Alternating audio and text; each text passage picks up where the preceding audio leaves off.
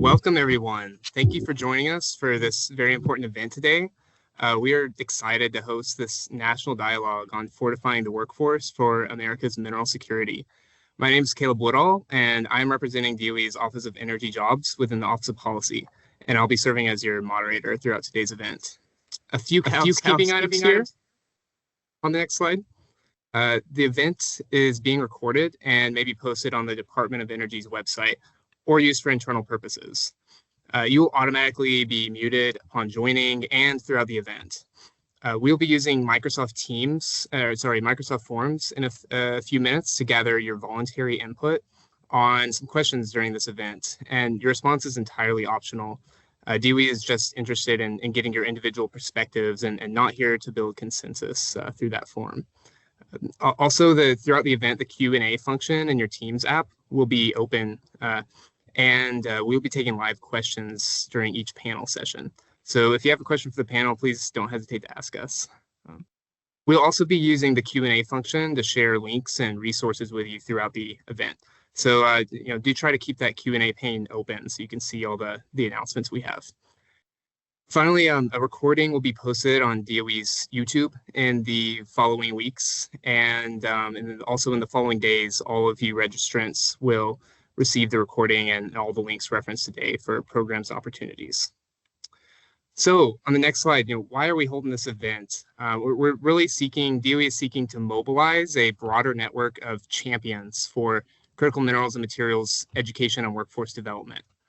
So with that purpose in mind, we've really designed this agenda to do three things here. Increase everyone's awareness of the key needs, impediments, and opportunities for growing this workforce in critical minerals and materials. And we're also looking to share perspectives from leaders in the space and highlight current and upcoming DOE initiatives. So on that next slide, that call to action here, considering the purpose of today's event, we're pretty pleased to see among the registrants here that only about a quarter of you are currently actively involved in critical minerals education and workforce development. So while you view the presentations today and afterwards, we encourage you to think about this larger call to action of mobilizing the broader network of champions for critical minerals workforce development. And ultimately, we're aiming to grow that blue section on the graph to more people actively involved in this effort. Share afterwards, share what you've learned today, start new conversations with collaborators, and continue to share your thoughts and progress with DOE. At the end of the event, we'll provide an email address and a form that you can fill out to share your progress in this endeavor. So on the next slide, next slide, we have the agenda. So we're pleased to begin our event with opening remarks from Assistant Secretary Robertson. After that, we will that'll be followed by overviews of several critical minerals and materials programs and activities across the Department of Energy. And then we'll be transitioning to a series of 3 panels. We've structured those panels so we can discuss key issues for workforce in 3 different sections along the critical minerals and materials supply chain. So that's the upstream, midstream, and downstream mapped on the screen here. Finally, we'll close out the event with a review of some upcoming announcements and opportunities with DOE and a reminder of that final call to action here. So these next few slides have just some pictures of all the excellent speakers that we have today who are representing the DOE, industry, academia, trade, and non-governmental organizations. Our speakers also represent a range of tenures in the critical minerals and materials sector. From recent graduates to those who might be described as veterans in the space. But something all of the speakers have in common here is a passion for growing, retaining, sustaining the workforce in their respective regions and sections of the critical minerals and material supply chain. So hope you'll enjoy it as much as excited as we are to have these speakers with us today. So now, before we get to those panels, we'll turn the mic over to Assistant Secretary of Energy, Audrey Robertson, who leads the Office of Critical Minerals and Energy Innovation. Secretary Robertson, over to you. Caleb, thank you so much for that kind introduction. I assume my volume's working okay. I was really excited that the Office of Energy Jobs, in collaboration with some other areas within the DOE, were coming together to make this happen, because there is nothing that's more important for our energy sector, our national security, and industrial competitiveness than the workforce that is motivated and trained to excel and drive that industry forward. We're here today to discuss a persistent and growing deficit in the skilled workforce required to secure critical minerals and the whole ecosystem around critical minerals in the United States. I don't want to merely call attention to this challenge. I want to galvanize action towards building an American workforce that can lead our nation not just through this moment in time, but into the future as we bring back manufacturing to this country. The demand for these essential materials is escalating, and without expediting domestic production capacity across all three primary stages of the value chain Caleb just laid out, between upstream, midstream, and downstream, our reliance on imported critical minerals and materials will only continue to grow. To meet those end-to-end supply chain demands, limit potential vulnerabilities, and reshore American industry, we need to close the multifaceted skills gap that spans the entire critical mineral ecosystem. Proactive, integrated strategies are essential, and they were the only way we are going to be able to attract, train, and retrain talent across various disciplines. The agenda today looks fantastic, and I know later on you will hear from experts at each stage of the critical minerals supply chain over several panel discussions. The needs of an upstream workforce may be different than that of a midstream or downstream workforce, and I'm grateful that we're separating out these different elements as they require different skills and have different long-term career opportunities. Each link in this critical mineral ecosystem demands a specialized and skilled workforce, and that's what we're going to be talking about. As it's been all over the news and all over the Department of Energy as we've reorganized to support the critical minerals initiatives driven by President Trump and really led by Secretary Wright. But no matter how you slice it, the industry is rapidly evolving, driven both by technological advancements as well as necessity. Our training and educational programs must reflect how dynamic this industry is today, without full control over each stage of the supply chain, and key manufacturing sectors become susceptible to disruption and market manipulation. According to the most recent United States Energy and Empowerment Report, nearly 5.3% of all American jobs, or roughly 8.3 million people, work in the energy sector. With 76% of energy employers still have difficulty hiring. This energy workforce is a problem, and a persistent problem that we project will only continue to be a problem unless we do something about it. When we look forward to 2033, as the numbers I was shown, over 1.9 million manufacturing jobs are projected to be unfilled. This is a major skills gap. But there is much can be done to address that gap, and no single entity or single program can solve this challenge. The success will hinge on effective collaboration between many people that are here today and many people in your extended networks, but it will be by industry leaders, government support and government agencies, academic institutions, labor unions, local communities, apprenticeship programs.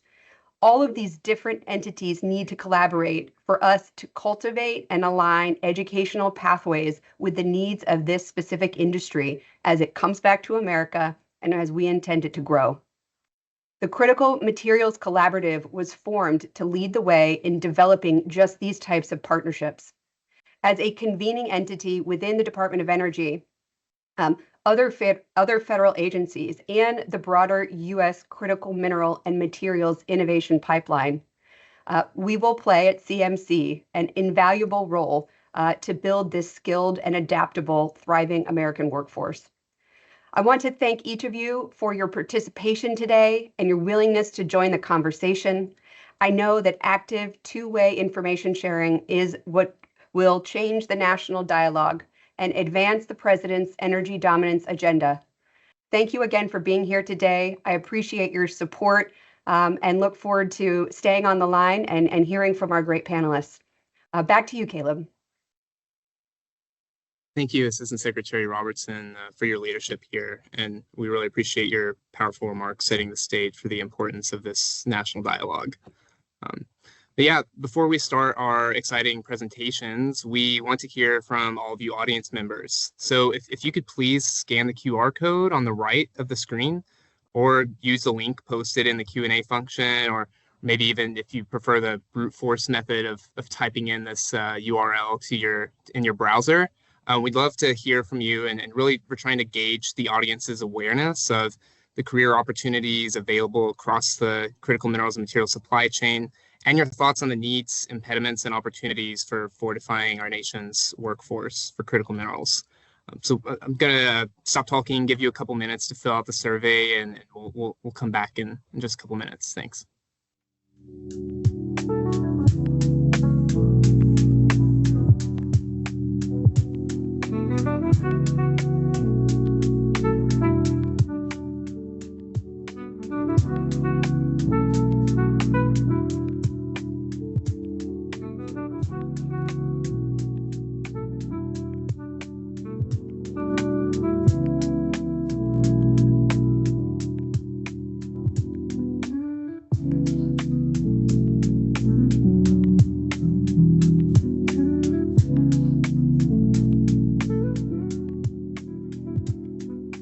We'll just wait one more minute.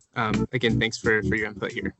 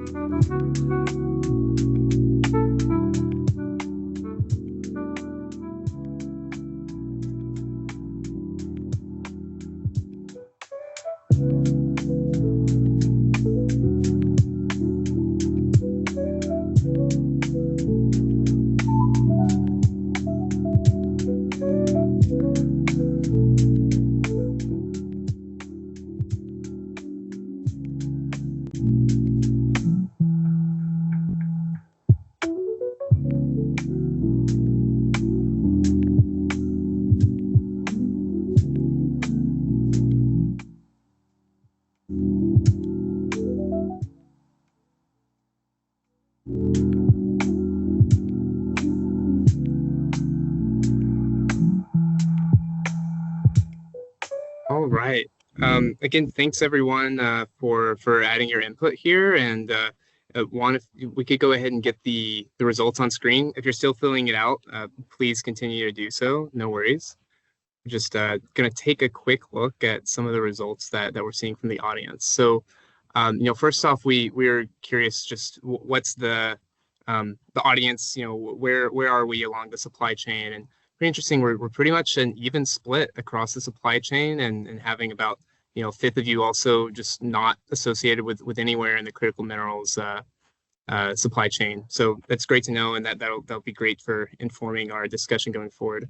The next slide should show, what are we aware of? What's the audience's awareness of the jobs across the supply chain?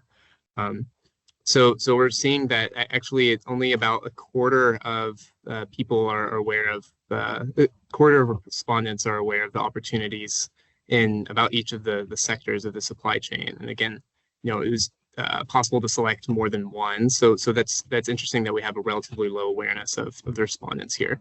The next slide is, are you aware of how to find these careers in your region along each of these sectors of the supply chain? And again, we're just seeing a relatively lower awareness of how to go about finding a career in your region, and that's often discussion in these points of making sure people are aware of the careers and how to go about training. So that'll be good for the panelists to be aware of.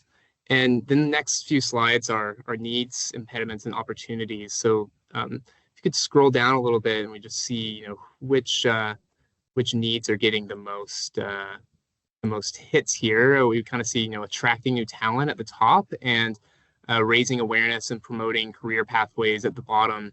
We're also seeing some industry relevant entry level training and strengthening reskilling, and then also strengthening foundational education. So I think that bottom bar really aligns with some of what we saw in the last few questions about people being aware of the career opportunities. And but we see a lot of stuff about attracting new talent and having updated training and opportunities as well. So yeah, the next slide or the next question looks at impediments, and we see a relatively even split among three different options here. Of there not being enough workers in the supply chain, there not being enough training infrastructure and opportunities, and fragmented efforts. So that's really good to know, kind of across the board there. That it's pretty good split there. And sorry, we also have the public perception and awareness, whereas the infrastructure is less answered than the other three. And then finally, the last question about which opportunities could have the greatest impact. And we see an overwhelming selection of coordination across stakeholders working in academia, industry, and other sectors. And that's really, I guess, good to hear that that's, I think hopefully a problem that we're really trying to address through this event today by bringing together all the different parties to work together in growing this workforce. So now, thanks for adding your input. Now we will move on to overviews of critical minerals workforce activities within the Department of Energy. First, we have Angela Dayton, the Acting Director of the Office of Energy Jobs within DOE's Office of Policy. Angela, please start us off. Thank you, Caleb.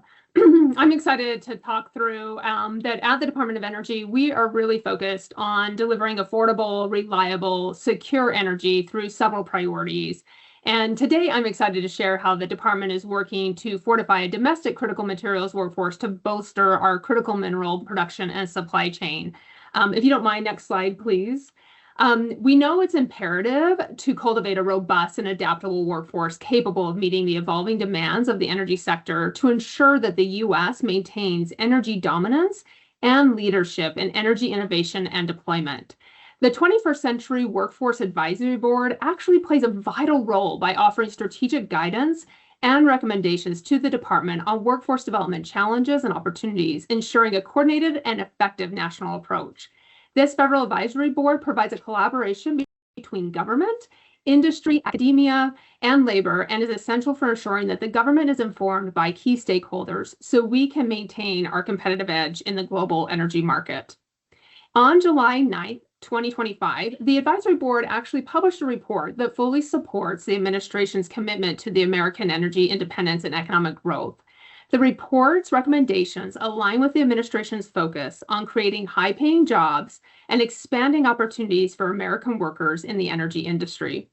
The board's recommendations highlight several key areas for impact. First, we must scale pathways to energy jobs through apprenticeship programs and other earn and learn models, which directly address the need for practical on-the-job training. Second, together, the sector should launch a multifaceted campaign to increase awareness and excitement about energy careers, which is essential for attracting new talent, particularly among the younger generations. And third, understanding and driving effective workforce development solutions in priority industries and geographies will ensure that investments are targeted where they are most needed and can yield the greatest impact. Furthermore, the recommendations directly confront critical challenges such as the aging and retiring workforce, the lack of cohesive workforce training partnerships, and the limited knowledge about resources available to fast-track training for high-demand jobs. We must all come together to address these needs to enhance the resilience and capability of our energy workforce. The critical materials industry recommendations from the published report outlines these priority options to address the workforce needs of the sector, and the department is actually in the process of implementing these recommendations. Currently, the department has 3 research and development programs, 8 workforce programs, and 3 workforce initiatives, all focused on positively impacting the critical materials workforce. In just a few minutes, you will hear from several of my colleagues who will provide overviews of the department's work along the critical materials workforce pipeline. Since it will take all of us to fortify the nation's critical materials workforce, today we are excited to unveil the critical materials career map that you are able to share with those that you influence to encourage pursuit of a career in the critical materials sector. The career map is a comprehensive resource developed by the Critical Minerals and Energy Innovation Office in collaboration with the National Laboratory of the Rockies and Julius Education. The career map is designed to demystify the critical materials sector by clearly illustrating the wide range of roles, required skills, and potential career pathways across this vital industry. It highlights how disciplines from science and engineering to manufacturing, policy, and operations contribute to securing critical materials. The map serves as a strategic framework for the workforce development in 2 key ways. It enables the existing workforce to pivot and adapt their skills to emerging roles within the critical materials value chain, and it identifies targeting training, credentials, and certifications that support career entry, advancement, and long-term progression. This resource is intended for educators, career advisors, job seekers, employers, policymakers, and workforce development professionals. For each audience, the career map provides a foundational guide to understanding workforce needs, planning, career pathways, and making informed investments in talent development. Ultimately, the Critical Materials Career Map is an awareness-raising tool that showcases the breadth of opportunities within the sector and helps cultivate interest in the essential careers needed to support the U.S.'s competitiveness, innovation, and supply chain resilience. Back to you, Caleb. Great. Thank you. Thank you, Angela. Now I'll just turn it over to my colleague, Jeremy Mehta, who can give us a preview of this screen map or career map. Jeremy, take it away. Thanks, Caleb. There's a career map. Excellent. I'm excited to share the critical materials career map with you all. It serves as an interactive tool for students, job seekers, educators, and employers to visualize careers across the critical minerals and materials ecosystem. So here you can see we have a dynamic interface that displays jobs, career clusters, and pathways across the critical materials supply chain. Each node represents a role or job family, from entry-level technicians across the bottom to R&D engineers, supply chain specialists, and strategic leadership roles at senior levels at the top. If you hover over a job, you can see a brief summary of salary and education requirement.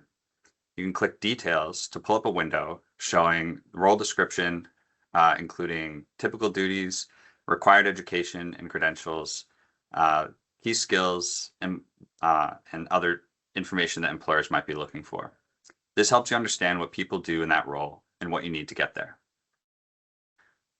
There's also a feature that follows career progression lines. You see here that the lines connecting roles represent potential career pathways and progressions where individuals commonly move as they gain experience and skills.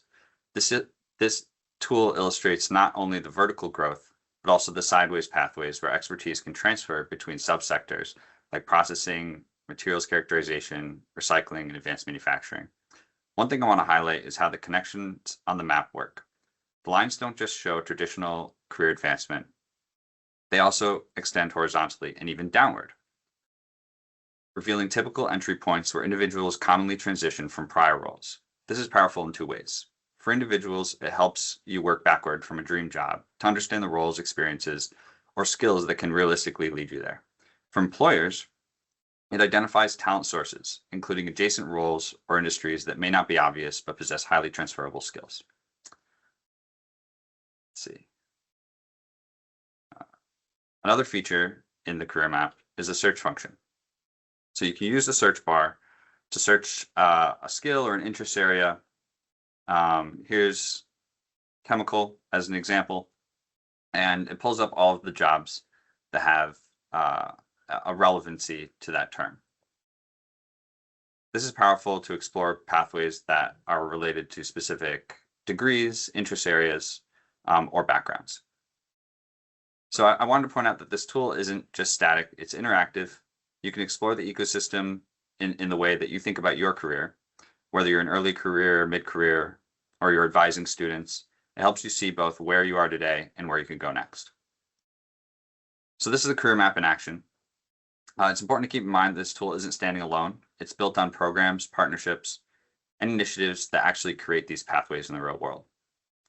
In the following slides you'll see today, we'll highlight the initiatives that feed into this map, the training programs, industry engagement, and innovation efforts that help scale a strong domestic critical materials workforce.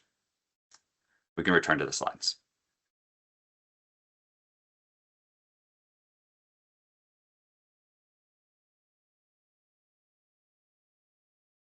Thank you. At the Office of Critical Minerals and Energy Innovation, my role focuses on how we align research, innovation, and workforce development to ensure the U.S. has the talent it needs to build a secure and resilient critical minerals and materials supply chain. The Critical Materials Innovation Hub, the Lab Embedded Entrepreneurship Program, and the Battery Workforce Initiative are examples of programs that span the whole critical minerals and materials workforce pipeline. This ecosystem approach lets us meet workforce needs at multiple entry points in career stages while staying closely tied to technology development and deployment. Starting with the Critical Materials Innovation Hub, which has a strong and growing emphasis on education workforce development, they have key efforts including the CMI Leadership Academy, which builds management and leadership skills among emerging leaders in the critical materials community, as well as an internship and externship opportunities that place students and early career researchers directly into collaborative research environments across national labs and universities. CMI Hub also prioritizes outreach through activities like the Winter Annual Meeting at the Colorado School of Mines, which now includes structured opportunities for students and early career scientists to engage directly with industry, and through educational toolkits that support teachers from kindergarten all the way through community college.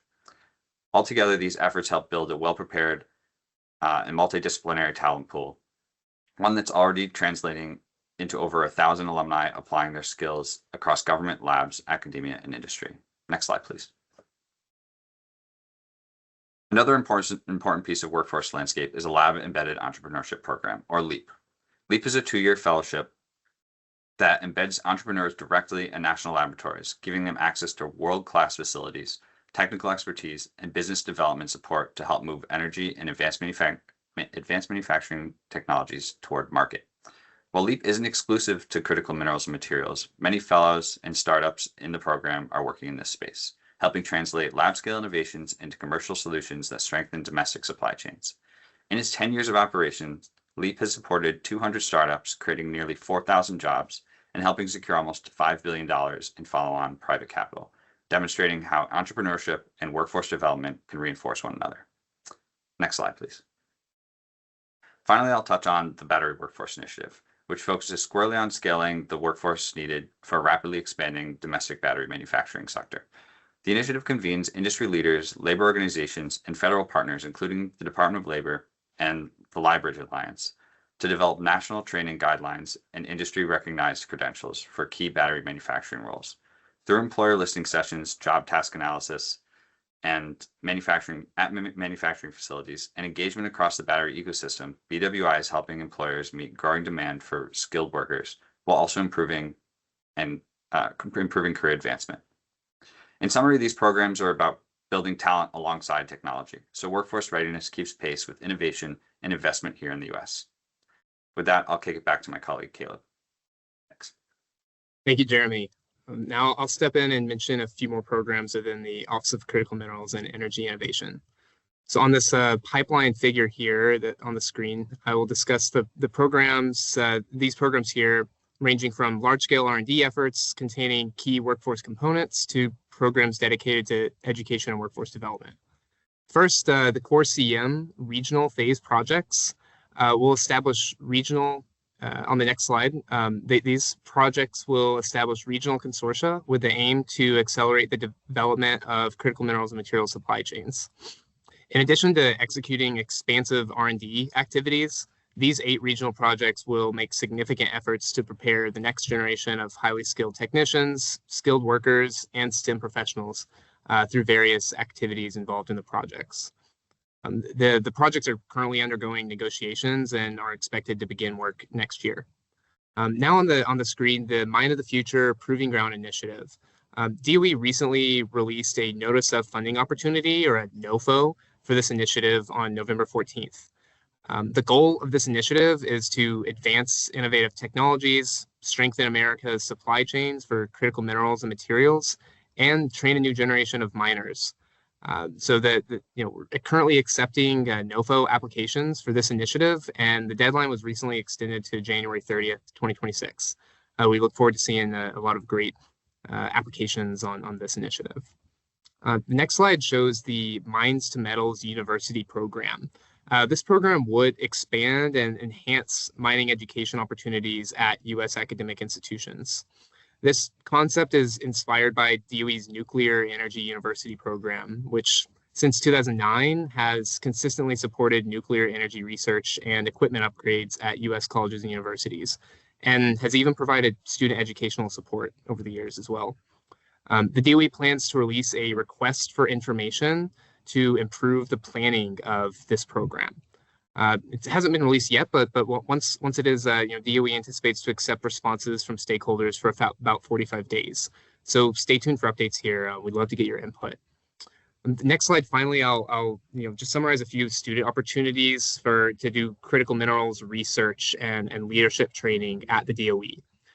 First, the Mickey Leland Energy Fellowship Program is a 10-week paid summer internship for students to complete research projects under the mentorship of DOE experts. It's open to students in their second year of undergrad through their final year of a master's program, and you can apply today to take part in the 2026 program. In addition, the National Energy Technology Lab has a suite of its own internship and fellowship programs, and these programs are open to current students, recent grads, postdocs, and even faculty. So again, both of those, that and Mickey Leland, have immense opportunities for research in critical minerals and materials. Finally, this year, 2025, DOE sponsored the inaugural Critical Minerals Leadership Academy. This is a week-long program for grad students and early career professionals who are interested in a career in critical minerals and materials.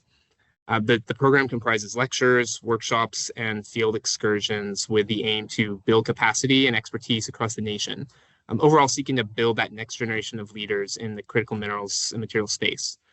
So stay tuned for updates on 2026 program dates and application. So now I'll pass it to my colleague Igor Slowing to discuss programs within DOE's Office of Science. The floor is yours, Igor. Thank you, Caleb. Well, good morning. Next slide, please. The Office of Science has various programs that are aimed at either workforce development at early to late stages, and also research programs, research and development programs, as you can see in this slide. And next slide, please. The Office of Science actually has a mission of conducting and supporting fundamental research and of developing major scientific tools that are available for researchers and for the industry. Next slide, please. Our efforts in workforce development are centered in an Office of Workforce Development within the Office of Science, and we basically do have traineeships for students all the way from community college, four-year institutions, graduate students, and also faculties. And all our programs are centered at DOE national laboratories. So the programs go from stints as short as 10 weeks as up to 1 year, and they run all year long. We serve up to 1,500 participants in our programs, and our applications are open all year long. Next slide, please. In addition to our workforce development centered programs, the Office of Science also does indirectly workforce development through research grants. research grants that are given to scientists all over the country, support the training of graduate students and postdocs. And also we do support through the Early Career Award program. We support young scientists either in the academia or in national laboratories. A good fraction of those are involved in critical material and minerals research. Next slide, please. At the national laboratories, we develop and we maintain large user facilities that are open for researchers and for the for the industry to use, and they are expected to. They are available for development or for studies of materials and processes at the industry. Back to you, Caleb. All right, thank you, Igor. Now to complete our review of DOE programs, I'll turn it over to Joe Gollinger. Close us out, Joe. Thank you so much, Caleb. So I'm Joe Gollinger, Senior Advisor from the former Office of Manufacturing and Energy Supply Chains, whose work is now part of the Office of Critical Mineral and Energy Innovation, or CME, under Assistant Secretary Robertson's leadership. And I'm thrilled to be talking with you about a topic that is so near and dear to President Trump, the American worker. So in order to usher in the golden age of America, we need to empower the American worker to have the skills they need to succeed in a manufacturing resurgence. And at CME, one of our great tools to help upskill American workers is the Industrial Training and Assessment Center, or ITAC program. Slide. So this program, which was formed before the Department of Energy actually came into existence, historically focused on providing workers the training they needed at four-year universities, but the program more recently expanded to include two-year degrees, short-term credentials, on-the-job learning, or trade school certificates. And these workers are required to fill jobs and gaps across the U.S. energy and manufacturing supply chains industry, such as electricians, HVAC workers, and in emerging fields like additive manufacturing.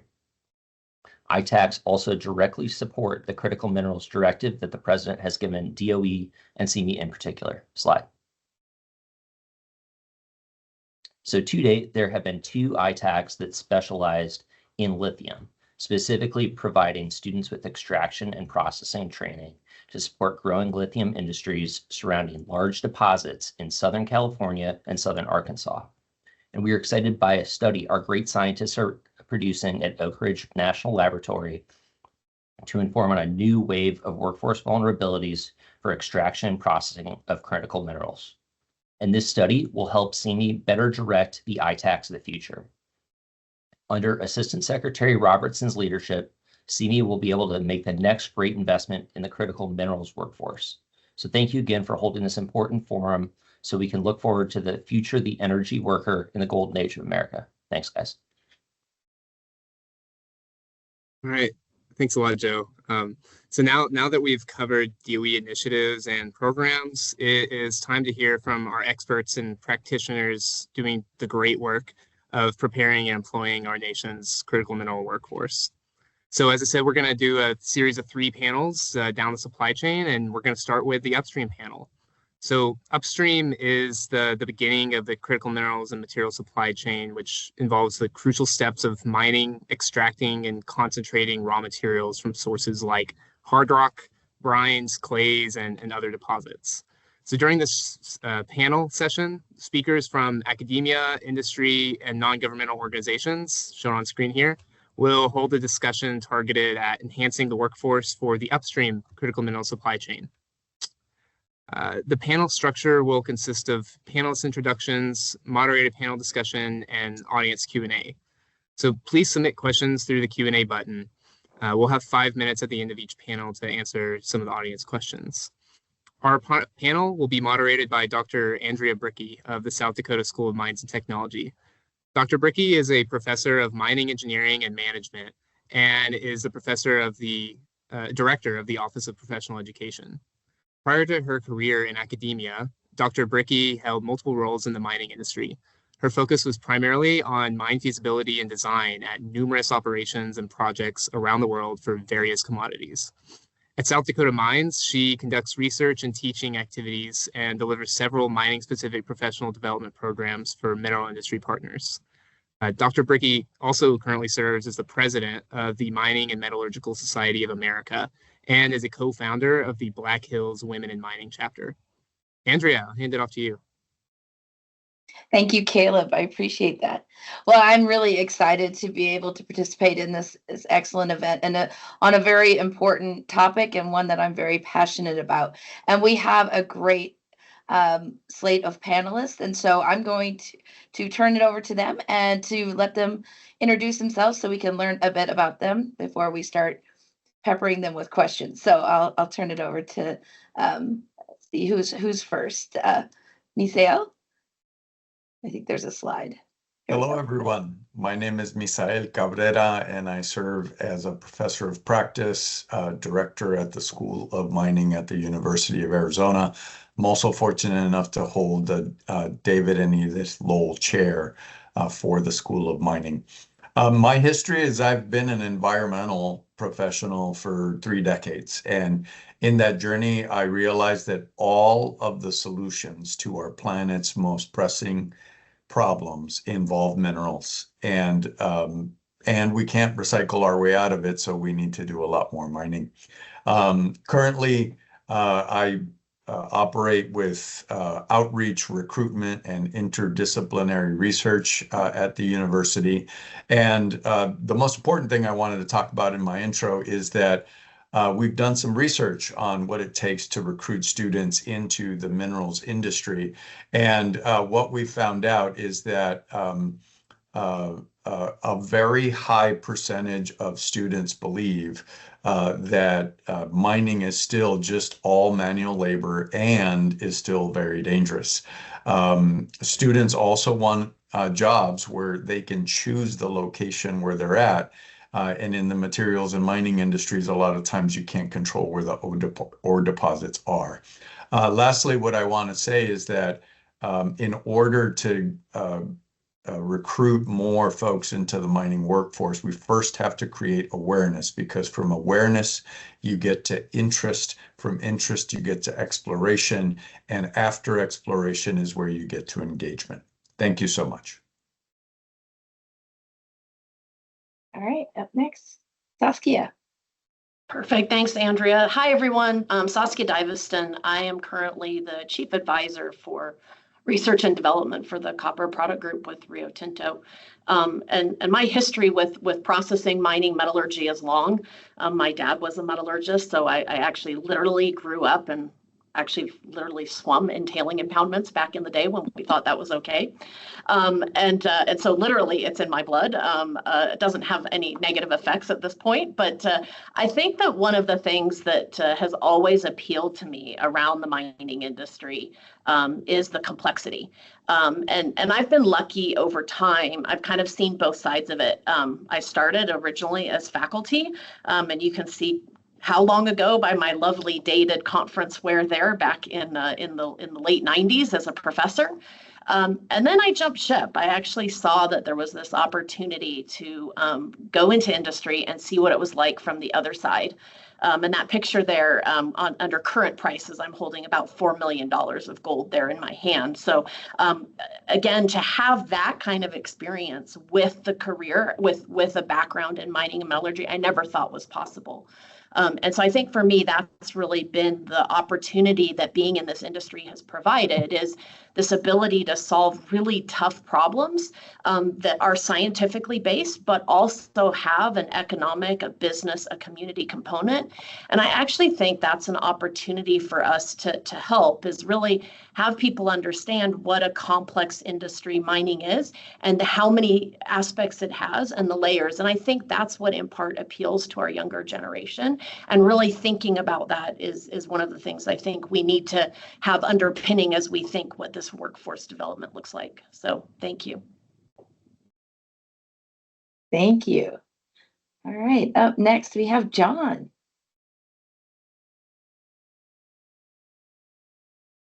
All right, yeah. I'm John Medish, more at the moment, Executive Director of Critical Mineral Initiatives at Montana Tech. But for the previous 12 years, I was a state geologist of Montana, and I was with the Montana Bureau of Mines and Geology for about 36 years as a geologist, hydrogeologist. And certainly in Montana for the last 5, 6 years, we saw a lot of renewed interest in economic geology related to critical minerals, lots of funding opportunities. And as a state survey, we worked very closely with U.S. Geological Survey, doing two things, really basically, mapping new ore bodies, new deposits that are potential sources of critical minerals, but also looking at mine waste, historic mining areas, some reclaimed, some barely reclaimed for sources of critical minerals and new reclamation. So there's a lot of opportunities that we've seen as a state survey, which kind of led into my current role, which is now integrating the minerals industry. And again, in my former position, worked with a lot of mining companies throughout Montana and the West, but working with applied research, with state surveys, but then the higher education, the basic research needs to be integrated more. There's lots of opportunities to integrate those. So that's what my new position's about. And it's been mentioned, the workforce challenges, and we'll talk more about those, is probably the center of efforts anymore, is to get students engaged in geosciences and engineering and in support of critical mineral development. But I think it's also going to be a challenge to manage projects that reach across these disciplines. Work that I've been doing recently, working with mining companies, developing some of their questions, their challenges, then working with academia and state surveys and those kinds of things, integrating some projects that work across the topics as well as the disciplines. Thanks, John. Sounds great. All right, next up we have Martha.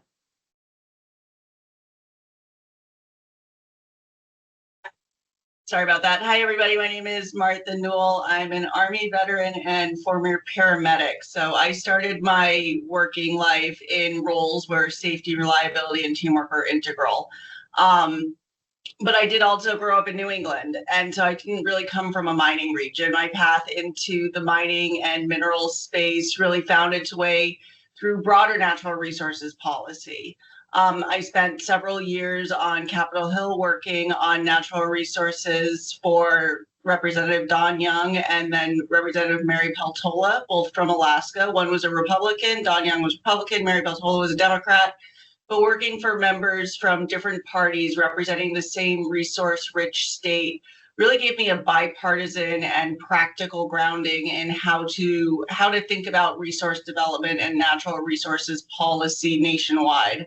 And in Alaska, especially, mining goes beyond just resource development. It's about building community trust, building the local workforce, and thinking about long-term regional economic opportunity. And so all of that shapes the perspective of how I approach this work. Today, I'm on the government affairs team at the National Mining Association, where I lead our workforce development working group. My focus is on strengthening domestic mining and mineral supply chains and making sure that we have the people to actually build, operate, and sustain projects. We talk a lot about made in America, onshoring supply chains, bringing back manufacturing to the US, but all of that has to start with mined in America, and none of it is possible without a mining workforce. So from my perspective, the biggest needs and opportunities are pretty clear. We have to change the outdated perceptions of mining and present it as the high-skilled, technologically driven career field that it is. We need to start steering more students into skilled labor careers by expanding apprenticeship and work-based learning opportunities. And at the same time, we need to do a better job of steering college-bound students into STEM, mining, and engineering programs that directly feed the upstream workforce. We also, and I'll talk about this more later on, I think, in the conversation, but need to do stronger outreach to veterans and military spouses in mining regions where those skills that they develop in the military are a really strong fit and employers have immediate workforce needs. As an Army veteran, taking care of military families and veterans is personally important. And I think that our industry can play a stronger role in providing stable, good paying careers for service members and spouses as they're reassigned and transitioning into civilian work. And finally, I think we need better coordination between industry, educators, and government so that workforce development keeps pace with project development. And I think that we saw a similar feeling in some of the Q&A that we had earlier with the audience. So thank you. I look forward to the conversation. Thanks, Martha. And last but not least, Anton. Hello, everybody. My name is Anton Smirnov. Unlike everybody else here on this panel, I am very new to the workforce. I actually graduated in 2024 and started my career as an underground geologist just last year. So obviously, I'm bringing a little bit of a different kind of perspective to things.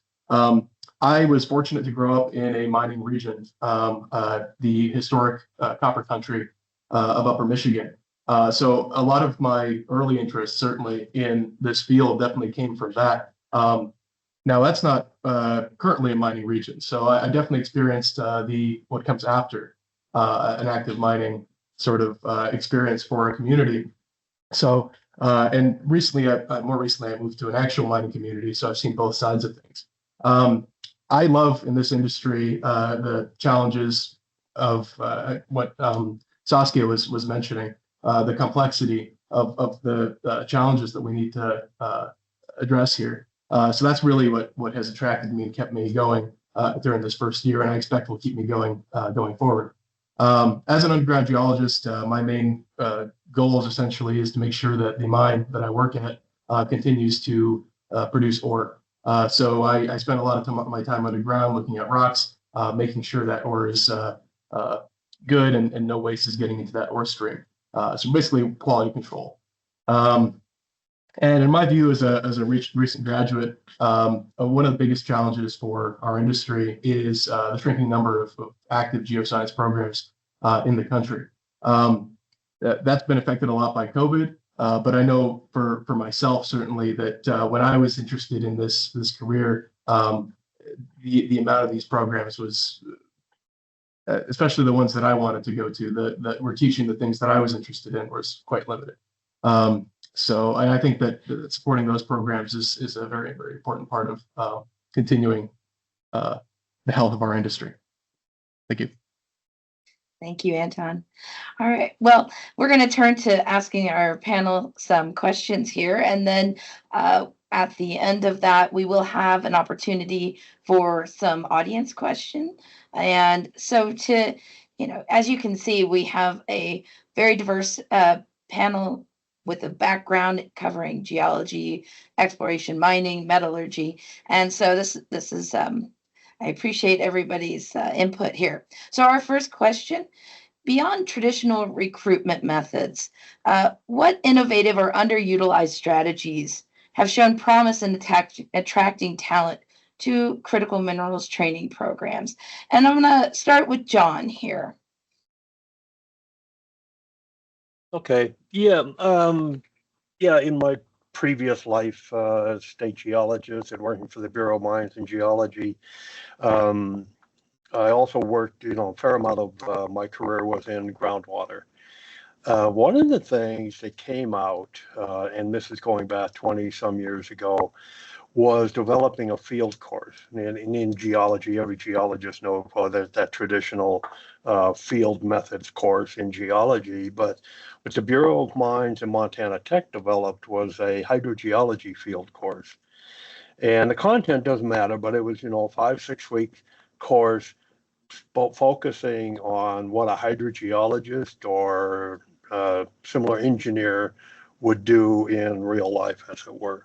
So drilling wells, collecting data, compiling that data, doing potentiometric maps, those kinds of things. Learning to use, think in the field, but then also to learn to use the equipment available.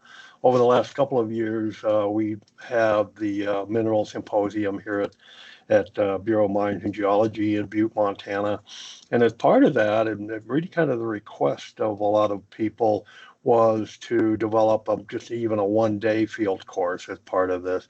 And that's where we're taking anybody who's interested out looking at, using field XRF equipment, looking at outcrops, mapping, and using different techniques to give them an idea of how basically what the process is for the work that we do. The result of that for both of these has been an uptick in interest at the graduate level in, okay, I've seen it and I like it. How do I get into graduate school? And it starts that conversation with them. So it's been really, in groundwater, it was very successful, not just for local. I mean, it became a regional wide course. It was understood, and our field course in economic geology seems to be going that same way. So. Yeah, thank you, John. I think that that highlights the hands-on nature of really does excite people. Next, kind of looking at the undergraduate area, Misael, do you want to provide? Is there anything that you're seeing at University of Arizona that's new and innovative to help recruit undergraduate students? Certainly, if we can all remember when we were kids, or for those of us that are parents and have kids, all kids love rocks. But what we don't do, and in fact, my kids collected rocks. My wife and I have 5 children, and 3 of those children developed their own little rock connections. But what doesn't happen in school is connecting those rocks to their cell phones. That doesn't happen in school. And so one of the innovative programs that we've started at the University of Arizona is a Minerals Academy for teachers. We bring in teachers for a week-long program. We give them training, and we co-develop lesson plans with them so that they can, for their students, connect rocks to technology and mining. We also do modules on exploration, electrowinning, robotics. And so what we're doing is we're leveraging the fact, and our research bears this out, is that one of the most trusted sources for career information for students are teachers. And when teachers don't know anything about mining, the students won't either. And so what we're doing is equipping middle school and high school teachers so that they can train on minerals and mining. In fact, we have a link to a 3-minute video, which all of you can watch at the end of this particular program. Thank you. Thank you. And I want to also hear from Martha, with NMA doing a lot of education, and also I know you visited a lot of the mining schools, and so where is NMA in the innovative area of educating and attracting new interested folks into our industry? Yeah, I think, Misael, you have a really good point. I have a 6-year-old who also is very into collecting rocks, and he has this year a mineral and fossil advent calendar. And so every day we're opening his little box and talking about the mineral inside. Nat Geo gives its little description, but then we'll look it up and see what it's used for and all that. So I completely agree with you. I think that, starting early and starting with, connecting those rocks and what they're seeing in the world to the technology that they're using every day is fundamental. I think that one of the really effective strategies that we also see is early place-based engagement. So, early engagement with the communities that we're operating in, and working with those communities to develop a local workforce when it's appropriate and when it's available. Communities like to feel like they're being brought in and that they're being talked to early. And so early engagement with schools, with community colleges, workforce boards, and community leaders to, let them know what sort of jobs are going to be available, what's going to be needed, making sure that the people who are in place to help with those workforce pipelines know what you're looking for so that we can get those in place early before a project is fully permitted and is fully online, and make sure that people local are being trained up to work there. Thank you. So I want to ask Anton, just as you're probably the closest one to being a more recent graduate, what do you think we can do to create more access and awareness for these, the programs that we do have, as we've heard about? What do you think we can do to help get the next generation interested in those programs? Yeah, definitely. I mean, one of the things I would like to mention is that a lot of people who are interested in rocks, if they don't have that outreach that we've been talking about, coming to their to their high school, that point middle school, and telling them, hey, there's a career to be made here. There's something to do. Trust me, people want to do it. They just need to know, what the pathways are. And one of the great things that my university has been doing, my alma mater, is one of our advisors has been going around to schools and not just saying, hey, we have this program, hey, we have this program. He does that too, but he also says, hey, here's some folks that have graduated, right, from our department. Here's what they're doing. Here's what their career looks like, 1, 2, 3, 4 years forward. And I was very fortunate to be able to contribute to that. And I like to think that seeing those real stories and seeing people, from even maybe my own high school, going and doing mining or environmental engineering or, things like that it's very important for kids to see, young people. Absolutely. All right, I'd like to move on to our next question, really focused on, we have industry, academia, government, other organizations, right? How can partnerships between these groups be leveraged to be more effective so that we can create a robust pipeline of skilled workers for the critical minerals and critical materials area? So I like to ask Saskia to tackle that one first, in her role in both academia and industry. Oh, I think I can't hear you. There we go. Hopefully that's better. I probably double unmuted myself, like all good Teams calls. So I think partnerships are a key part because it takes all of those sides, right? This isn't going to be solved by academics. It's not going to be solved by industry. It's not going to be solved by government. I think it takes all of them.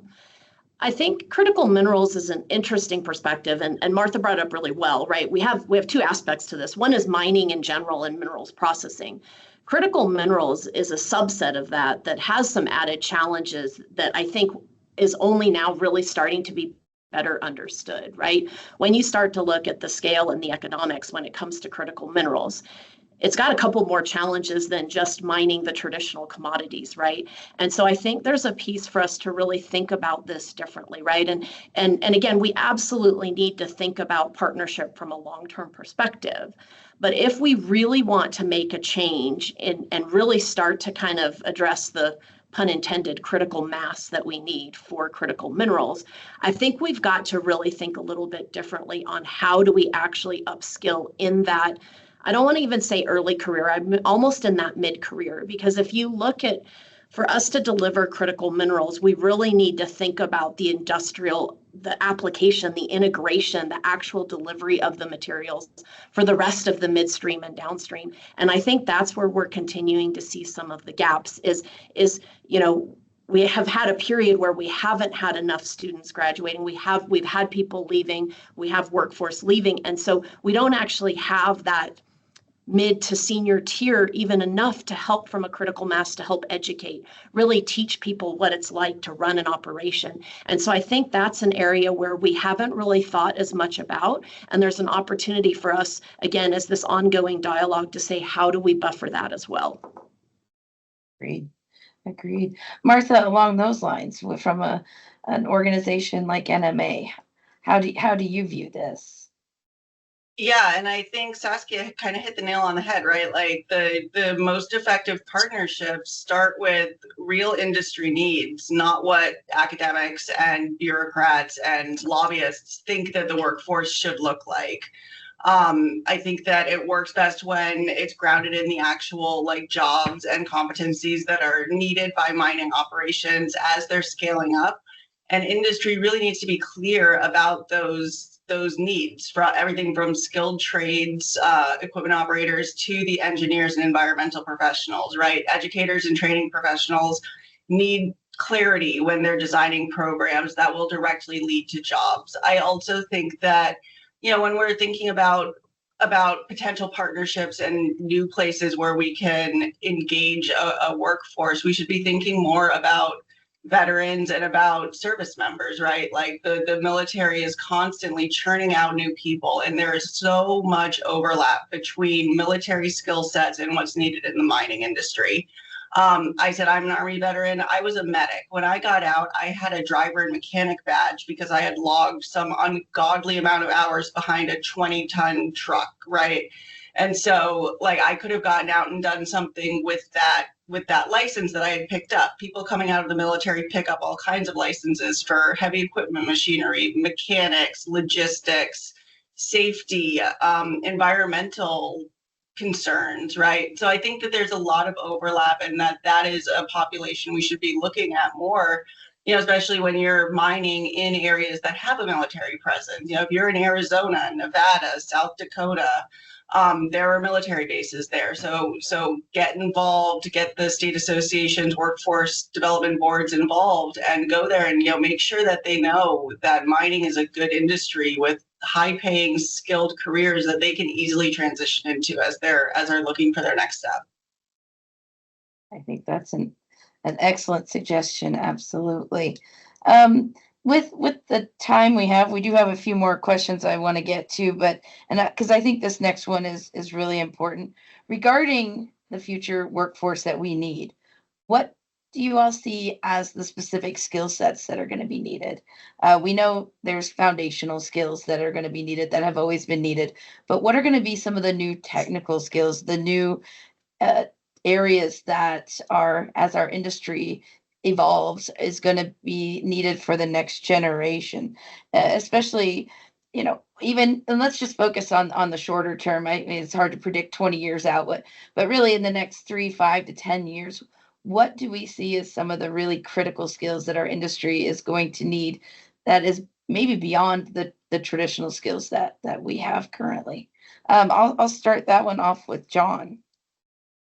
Okay, yeah, definitely not one you think about, but it's certainly one that has been made obvious to me, and that's developing management skills. I managed a state survey, so that's a lot of like-minded people. But now that I'm dealing with a lot more folks in academia, and then of course mining companies, so you have that the industry, you have the state surveys, and you have the academia, and we keep repeating that pattern over and over again between disciplines.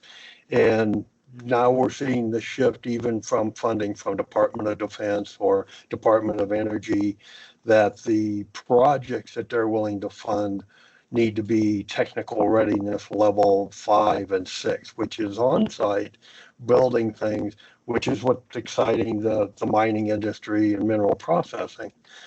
So I've been thrown into a bit of a washing machine over the last several months, taking geologists who are very adept at doing their job, marrying them again with academia who are used to doing things at technical readiness level 3 or 4 or even 2, and bringing that whole thing over to a technical readiness 6 kind of attitude. So it's taken a lot of conversations, a lot of, again, management, getting people to communicate across disciplines, but then also across their purposes. So in the short term, that's been the biggest challenge that I've seen, is getting these conversations going, managing, if you will, these proposals and ideas to get from basic research to doing something on a mine site.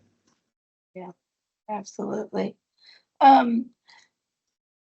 Soft skills are going to be, I think, important in a lot of ways. But so, Anton, as a geologist, what do you see as the new technology for that new skill set that geologists might need to know here in the next 5 to 10 years? Is it boring to say statistics and Excel? That's real. You really do need to know how to use Excel very well. But I think more important than that, by a long shot is and this is going to sound boring as well because everybody says this, but it's true. You need to be willing to learn everything around you. You need to be, especially as a geologist, because geologists, we fill a lot of roles in the industry. We do a lot of things. Like I'm an ore control geologist. I go underground, I look at the face, I check out what the rock's doing and report that up to whoever needs to know it.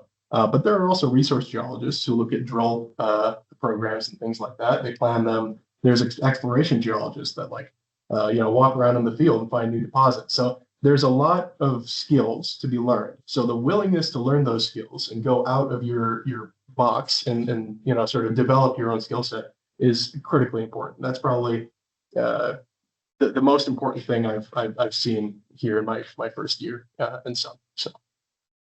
Great, thank you. Saskia, what about in the metallurgy area, what do you see as some new skills that are going to be needed? Well, I think for me, and it's to build a bit off what John and Anton both said, I think what I like to call it is systems thinking. We need people who can actually kind of be able to zoom in and zoom out, right? Where you need to be detailed, work on the detail, but also be able to have that bigger long-term view. The challenge with critical minerals in particular is you're not going to solve it with a traditional mining and metallurgy approach, right? And manufacturing. You really need to take an integrated view. There's a business component, there's a policy component. So it's going to also take, besides those, as you said, the foundational skills, you really need to be able to think about kind of that bigger picture. That business perspective, the policy perspective all comes into play. And I think that's really a key thing. And so I think for us, one of the opportunities is to say, how do we bring others in who maybe don't have the metallurgy skill, but have the big picture thinking? How do we actually expand the workforce by thinking in that way? Because that's what I think it's going to take for us to change how we mine in the US. Excellent, yes. Now, Misael, I know you've actually collected some data on this. So can you enlighten us a little bit on what you see as some of the skill sets that are going to be needed? Yeah, the team ran a survey of 29 companies spanning exploration, mining, consulting, and others, and asked for what were the skills that they were looking for in terms of graduates.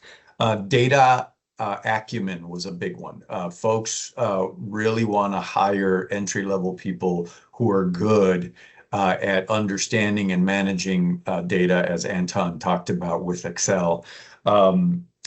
They need to understand sustainability and community relations, project management, as John mentioned, and then lastly, teamwork skills. Mining is a team sport. And knowing how to play well in the sandbox with other children is very important. Yeah, absolutely. And I think kind of, if you look at all of that, it goes to what Saskia was saying about how we have to think about, kind of the big picture, not just the trucks running around the mine, but we need to think about long-term sustainability, the social impacts as well. And so I think that touches on a lot of great things. So thank you all for sharing your insights there. I think that kind of leads us to, though, the question of what people think about the mining industry, the extraction industry. And so what are some of the common misconceptions about careers in critical minerals in our industry? And how can we collectively work to improve public awareness and interest in these fields? How can we convince them it's not back in 1890 and we've got mules and rusty old ore carts and those types of things? We're not using the canaries in the coal mine anymore, but how can we do that? So I'd like to start with Martha on that, if we can. Yeah, and I'm actually going to take it a step further and say I think one of the biggest challenges isn't this active opposition to mining careers. It's just a basic awareness that we still do mining in the US. I said at the top, I grew up in Connecticut. When I started at National Mining Association, I mentioned to a few of my friends from back home, where I was working, and the immediate response was, "What, mining? We still do that?" And it's not a hostile response, right? It's just this genuine surprise. And I think that is incredibly common in parts of the country that are removed from active mining operations. And that kind of goes back to what Misael was saying at the beginning, right? It's the same problem that we see in food supply systems. People will go to McDonald's, they'll order their cheeseburger. They have no idea what the process is to make a cheeseburger, though. You have your cell phone, you have no idea what the process is to make that cell phone or where the minerals are coming from. And I think that just ends up feeding other misconceptions. You know, Andrea, to your point, people assume mining is outdated, low tech, unsafe. When in reality we're using advanced engineering and automation, and there's a strong safety culture. And so I think it's a lot of just shifting those perspectives and helping people connect the dots that when we talk about made in America, when we talk about manufacturing, when we talk about onshoring supply chains, that has to start with mined in America, and that minerals underpin national defense, security, manufacturing, energy infrastructure, technologies. And I think if students don't see that connection, they're not going to see mining as relevant. But if we can really start building that relationship in people's minds, that everything you rely on in your day-to-day life is based on minerals, people will start to see mining as more and more of an advanced modern field. Agreed.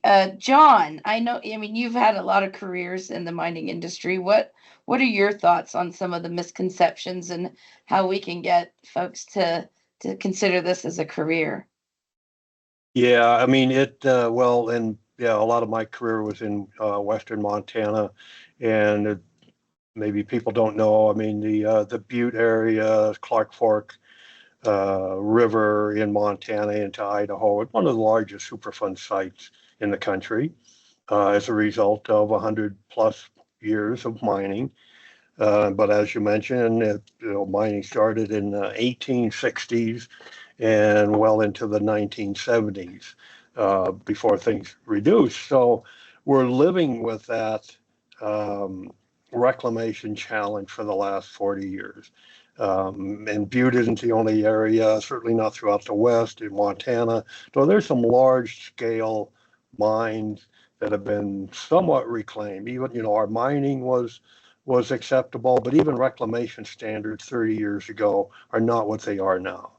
So even though we earned it, the perception that mining is dirty, that reclamation is ineffective, I think we have to work through that. And we're seeing that a bit in Montana, where the active mines are being more transparent and certainly more public about their reclamation efforts, and demonstrating that we learn not only how to mine much cleaner, but to do better reclamation. So those are the perceptions that can only be fixed just by, actually performing it and interacting with the public.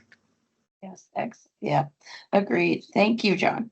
All right, so our last question is kind of a bit of a rapid fire, and then we will head over to taking a couple of audience questions. But I think this is probably one of the most important questions, and for workforce development professionals in our audience right now, what is the one thing you can encourage them to do? What action can you encourage them to do that could, as they leave this event, as they go out, that would contribute to helping us fortify our workforce?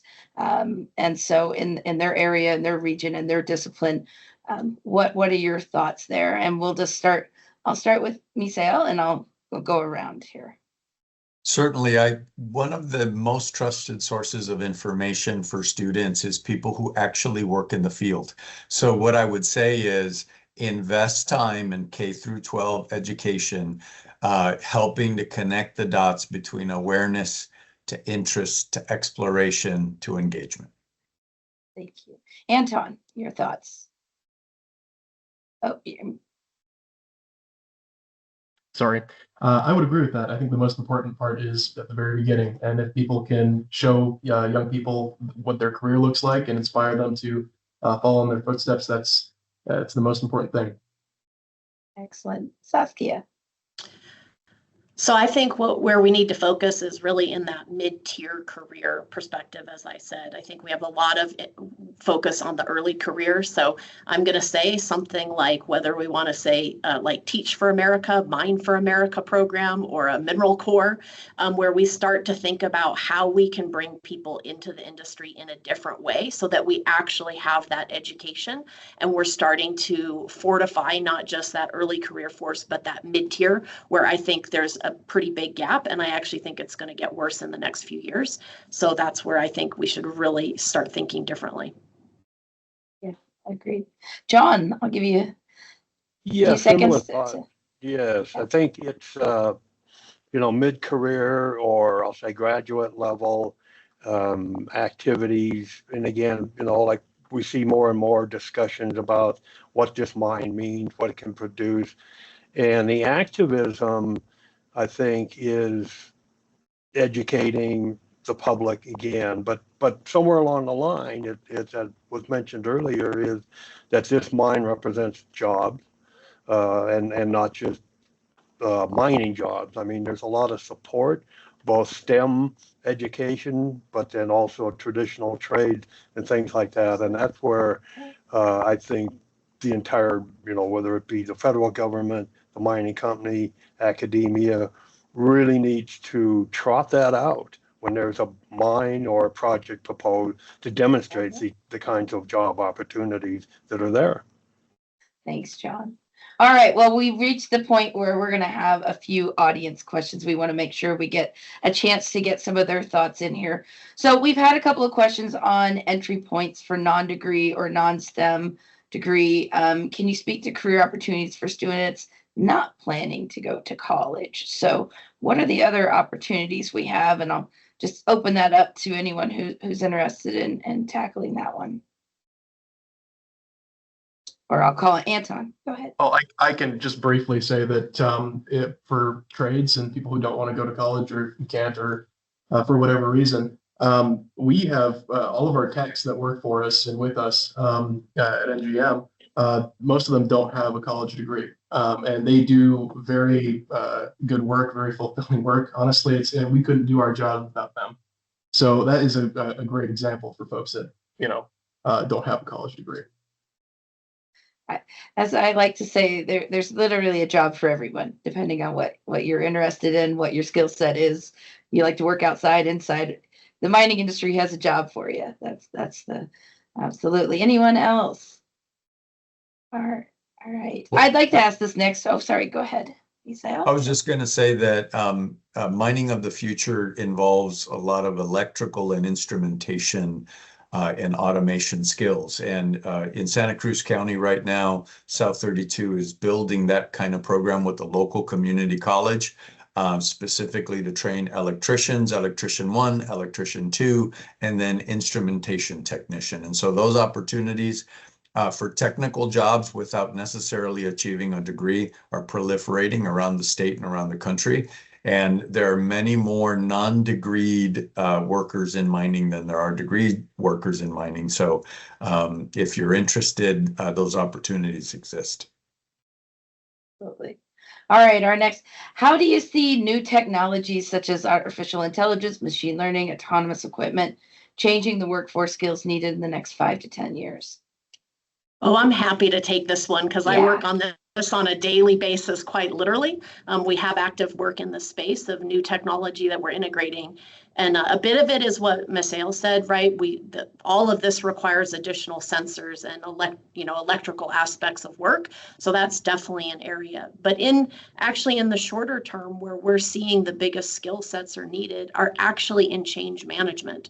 I think people think you turn on this autonomous equipment, you just turn it on and magically everyone can use it. There's actually a whole personnel development, training aspect, change management aspect in terms of how do you think about transitioning and what is that integration of that technology. And so again, it's an interesting skill set that doesn't always come naturally to your technical folks. So again, as you just said, Andrea, we have need for job skills that people probably didn't think about when it comes to actually change management, as I see as actually one of the key skill areas that we need as we make a transition to more and more augmented or autonomous type work. Absolutely. Anyone else? Otherwise, I have some, I think we'll, I have one last question, and I think I'm gonna pose this one to Martha. What do you envision as the roles for state and local government, and how can they contribute to this overall? I think we've looked, but what about the state and local areas?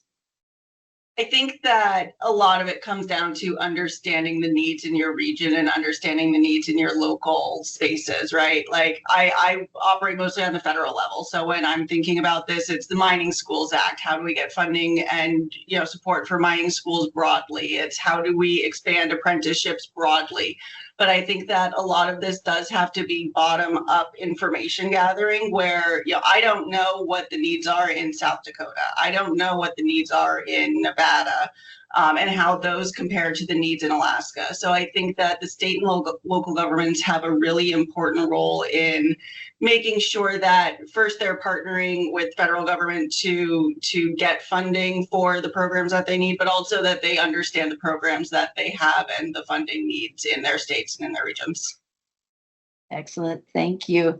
Well, I think that wraps things up really well. Excellent job, panelists. I want to thank you all for your participation and your great insight. And I'll turn things back over to you, Caleb. Thank you, Andrea, and the entire Upstream panel team for that fantastic discussion. If we were in person, this is where I'd hope to be hearing some applause from this large audience we have. I'm sure even amidst this silence here, you are still very impressed with that dialogue. But now we will shift our focus to the midstream of the critical minerals and materials supply chain. This is the critical step where resources extracted from upstream are processed into high-grade industrial use compounds, including separating, purifying, and refining feedstocks into individual elements, oxides, or metals. It's critical to grow this midstream processing in the US, as currently we often export our raw materials only to import refined products at higher prices. Because the skills and processes involved in midstream processing are often very similar to those required in material recycling that you see on the far right of the screen, we'll include recycling in this midstream portion as well. So during this panel session, our speakers will have a discussion targeted at building the workforce necessary for the midstream supply chain. The panel structure will consist of panelist introductions, moderated panel discussion, and audience Q&A. So you'll see on the next slide our great panelists that are here for this session. Please submit questions through the Q&A button, and our panel will be moderated by Celeste Stroup, Education and Workforce Development Program Manager for the Critical Materials Innovation Hub at Colorado School of Mines. Ms. Stroup has a decade of experience in STEM education and workforce development. Notably, she has experience in engaging stakeholders, identifying skill gaps, and aligning training solutions to support the development of a sustainable talent pipeline through collaborations with industry, academia, training partners, and national labs. Really relevant to our discussion of really how we pull all the people together to really move forward more strongly. So Celeste, please take it away. Well, thank you so much, Caleb. I appreciate that very kind intro. And I'm very excited to be here today and continue this conversation on our workforce strategies into the midstream. Because we have such great panelists today, I don't want to take much of their time up. So I'm going to pass it off to Iman to do her brief introduction and share a little bit about herself and her perspectives. Iman. Hello, everyone. First of all, I just want to say thank you for this opportunity and thank you to the organizers who've been working extremely hard, picking through emails and putting all of this together. So my name is Iman Moore. I am the NACTEC project director at NHS College, and I've been in that position for 9 years. I'm also the TCU Career Consortium Treasurer and Chair, and I've been doing that for 3 years. And that is like a community of practice space for tribal college career service professionals. And so we just kind of share strategies and things like that. And then I'm also the co-director of the Dakota Prairie Apprenticeship Readiness Program, which is short for DPARP for short. It is also the first partnership between a tribal college and a state building trades council in all of North America. So we really have high hopes for our program, and we really hope to use it as a model for other tribal colleges and other state building trades council who are in that vein of workforce development through apprenticeship. So I'm just going to give you a little bit of my background quick. So I grew up on the reservation. I am an enrolled member of the 3 affiliated tribes.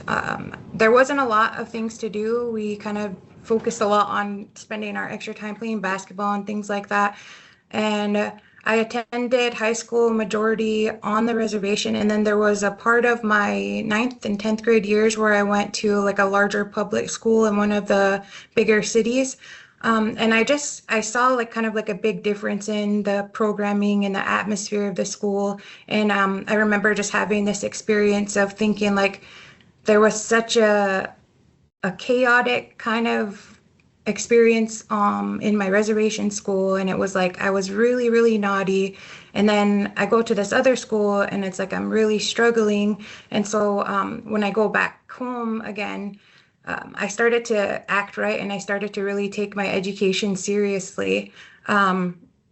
I served on a youth board for a little bit of time when I was in high school, and I had this profound experience with a young lady. I had asked her, she was an underclassman, what she wanted to be when she grew up, and she said that she wanted to become an alcoholic. And for me, that was like a big eye opener of like, wow, we really need to see more positive things around, you know. So I studied entrepreneurship, and I attended the Upward Bound program, which I really think was instrumental in me being able to complete my degree and go on to do other things. And then so my current role, I kind of just went over those. The first one, the NACTEP one, it stands for Native American Career and Technical Education Project. So there's 39 grantees, and so we're one of 39, and we do workforce development in tribal nations. And so I will just pass with that. You can read the greatest needs, challenges, etc. Thanks. Thank you so much, Amon. And next we have Michael Cleveland. Hi, thank you very much. I'm honored to be here. So I'm relatively new to the critical minerals area. I'm a degreed chemical engineer. I live in the copper country. Shout out to Anton. I worked in the oil and gas industry, and then during COVID, retired and then moved back to the copper country. So I'm now a startup, created a startup with a fellow graduate from Michigan Tech, and we're looked at producing nickel and critical minerals from mine tailings in the local area, plus recycling spent lithium ion batteries. When you look at us as a whole, the midstream is much broader than the upstream, which is the mining side. So we've made little to no investment in midstream. We've elected to offshore all of our mineral processing. We also cross over into chemical engineering, environmental engineering, mechanical, electrical engineering.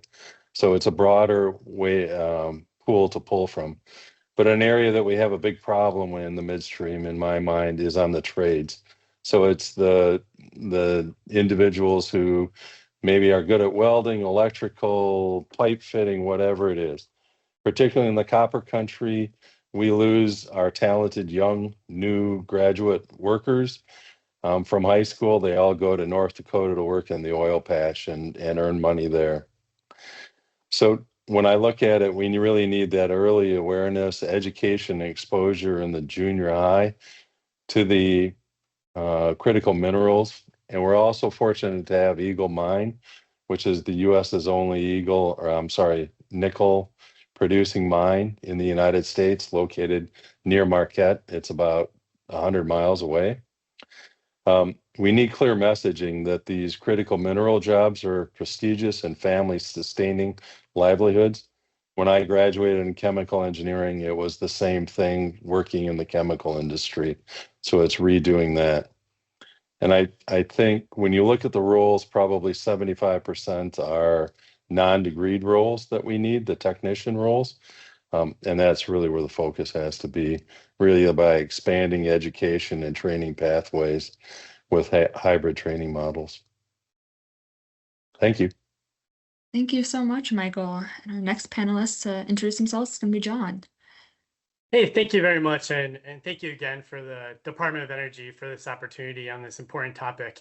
My name is John Kruckel. I'm the Director of Membership and Workforce Development at the Department of Energy sponsored Remit Institute. Very excited today to bring a perspective, from the recycling space. So the Remit Institute, we have a very increasing role in the critical mineral space. We have a focus specifically on increasing the recovery of critical minerals from end-of-life products. You think of e-scrap, your phone, your laptop. Those are all things that we're looking at when it comes to recovery technologies. We are an industry-driven organization, so we have a very robust workforce development program. But we bring together universities, national labs, as well as industry to really think about how we can support those next-generation jobs and also support the incumbent workforce. A little bit of my history prior to my role at Remade. I worked in economic development in Rochester, New York, and had a heavy focus on really working with manufacturers, both small and large, to really think about how we can bring resources into the region, as well as trying to take their facilities to the next level.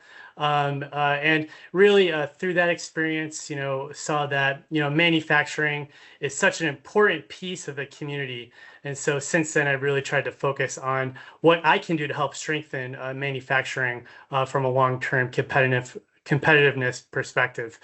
And in terms of the workforce development and some of the needs, certainly we've heard today, increasing awareness is an important aspect. One of my biggest pieces that I like to bring to the table is always we got to meet people on their phones. So I'm all about, bringing those career perspectives to people on their phones and accessible multimedia content, expanding micro-credentialing, which I know we'll probably talk a little bit more during the panel, as well as looking at the adjacent industries to think about, what are some industries that we can look to bring more workers into this space. So with that, I'll hand it over to the next panelist. Thank you so much, John. And our next panelist is going to introduce himself. It looks like it's going to be Mike Moats. Thanks, Celeste. Thanks, John. My name's Mike Moats. I'm a professor of metallurgical engineering at Missouri University of Science and Technology. I've been in the industry for about 30 plus years. A lot of what I have to say from my perspective is some things that were said during the upstream process. I think the major needs that we have are getting people in the pipeline, mid-career training. I think there's a lot of deficiency in a lot of our operations as people have left the industry. And then I think as we're building these plants, it's an opportunity to train people at that time. I've had an opportunity to be engaged with the zinc plant that was built in North Carolina about a decade ago. I was brought on by the state of North Carolina to make sure that the people there were well trained in the processes that they had there. So yeah, that's my introduction. Thanks very much. Awesome. Thank you so much, Mike. Our next panelist is going to be Brandon, and I think we're loading his introduction right now. But Brandon, if you want to hop on and start introducing yourself, that would be awesome. Yeah, absolutely. The first thing I'll say is my training and education was actually through the Critical Materials Institute that Jeremy talked about earlier in this presentation. So I'm glad that I can represent some of that workforce development that DOE's already contributed towards. I left academia and got into the extractive industry directly because I wanted to see my ideas result in readily measurable value to the company I work for here. I'll mention in my role here with Osisco Development in Utah, I've managed an operational facility that included both skilled labor roles, welders, electricians, maintenance people, laboratory staff that we trained and brought in, and degreed engineers. So it'll be interesting to talk about sourcing the whole range of occupations and the whole range of people that are needed to succeed in the critical mineral space. I'll also mention one of the themes that's going to recur in some of my panel answers is the lack of mentorship in this industry. It's difficult to find good mentorship. Senior people are graduating and moving out of industry, and young people are graduating and moving into an industry without mentorship. And so we'll talk a little bit about that, but look forward to this discussion. Thank you so much for that introduction, Brandon. And I'd like to invite all of my panelists to come on screen, and we'll start with our moderated discussion for about 20 minutes, and then we'll have time for Q&A with our audience at the end as well. To start with our first question, and this was something that was brought up a couple of times in conversation I've had with these panelists and in introduction, is around this idea of recruitment and retaining some of our individuals in this space. So what could be done, and how can we improve access and awareness of existing training programs to both attract and retain a more versatile and skilled talent pool in our critical material careers, particularly those in those high-skilled paid areas? So I would actually like to have Brandon, and I'm going to have you start with this question, and also talk a little bit about that mentorship piece that you mentioned and how that might fit into this conversation. Yeah, absolutely. So first off, I'd like to talk about two ways that I have through my life seen engagement to bring people into an industry, and these are really immersive learning and role models. The first thing, immersive learning, and I'll bring up an example from when I was a child. I remember going to space camp. And Space Camp is a event that's put on down in Alabama to bring kids into STEM industries, right? And adjacent industries, I should add. Also added in high school, we had a engineering club that let us play with engineering concepts as part of a competition. And these gave good opportunities for us to meet engineers and adults who had degrees and careers as engineers.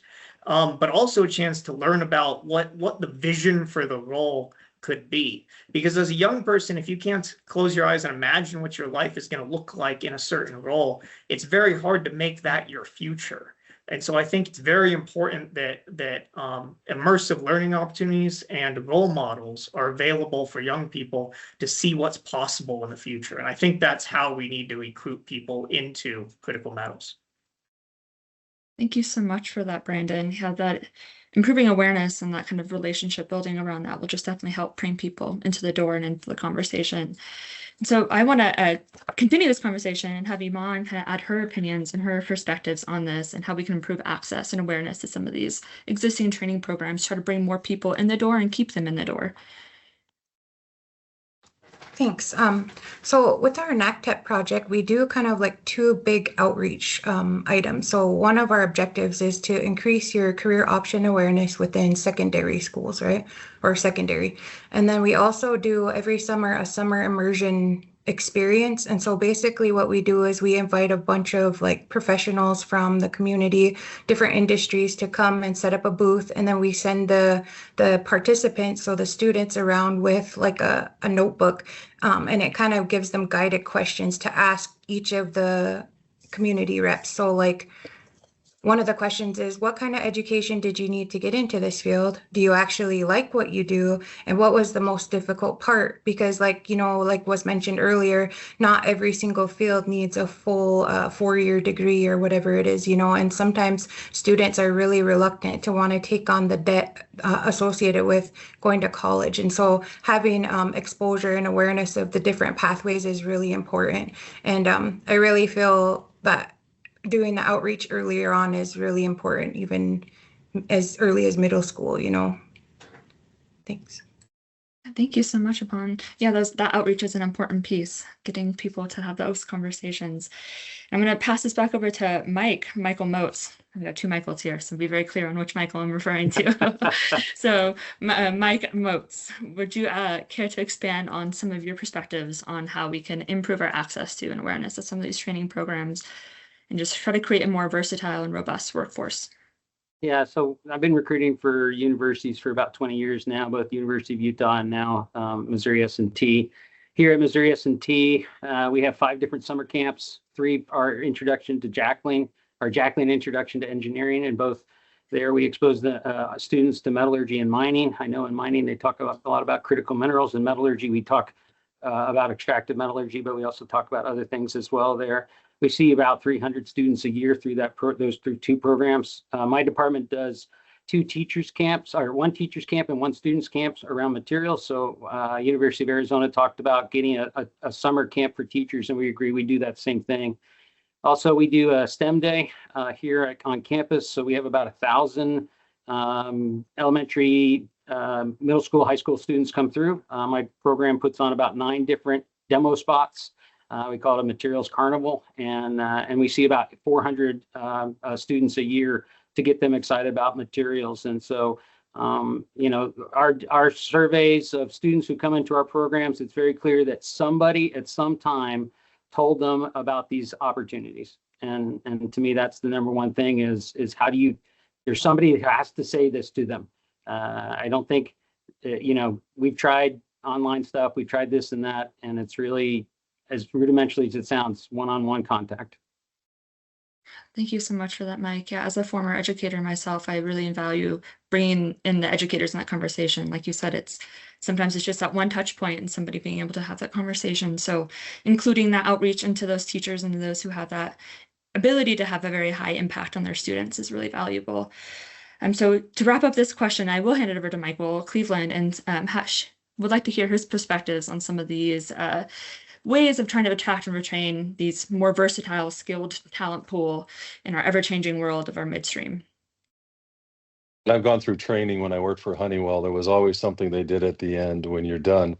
What are you personally going to do? And I want to highlight that. I think it's really important that all of us have to make an individual contribution to the industry, but also a commitment. And by what I mean by that, Michigan Tech has a summer youth program, just like Missouri does also. It's a great opportunity. Go back to your local high school, offer a scholarship. They're very low cost. They go up to the copper country for 2 weeks and experience mining, chemical, electrical, psychology. Get involved in it at the individual level, and then support those organizations. One of the organizations in town that we have is a group called Copper Shores. They have a bridge program. They take students, or I'll call them students, and put them through a 17-week training program to re-enter the workplace. I personally have committed to that, and also RevX is committed to supporting that. Typically, or most, probably 80% of them are women that are entering back into the workforce. So it helps them with work skills, life skills to be able to get back into the workforce. And ultimately for us with RevX, we were fortunate enough to get a Department of Energy grant under the IRA. And I'm very thankful to the DOE and also our program administrator, Dr. Barber, for helping us with that. But workforce development had to be key as part of that. And you have to lay out individual actions that you are going to take to make that. It's not going to be the organizations that's going to solve it. They may support you, but you have to do it. Great point, Michael. And I think that leads us nicely into our next question about partnerships and the importance of kind of leveraging those partnerships and seeking out those partnerships. And I know a couple of our panelists on this call have had some great experience with some of those partnerships, both across your academia, industry, government, tribes, and various other stakeholders in the conversation. So I'm going to start with John on this question and then pass it over to Mon after that. But how can partnerships with those other institutions, your academia, your national labs, your industry, your tribal nations, how can we leverage those partnerships more effectively to create a robust pipeline of skilled workers for a critical material workforce? So John, I want to have you start with that question.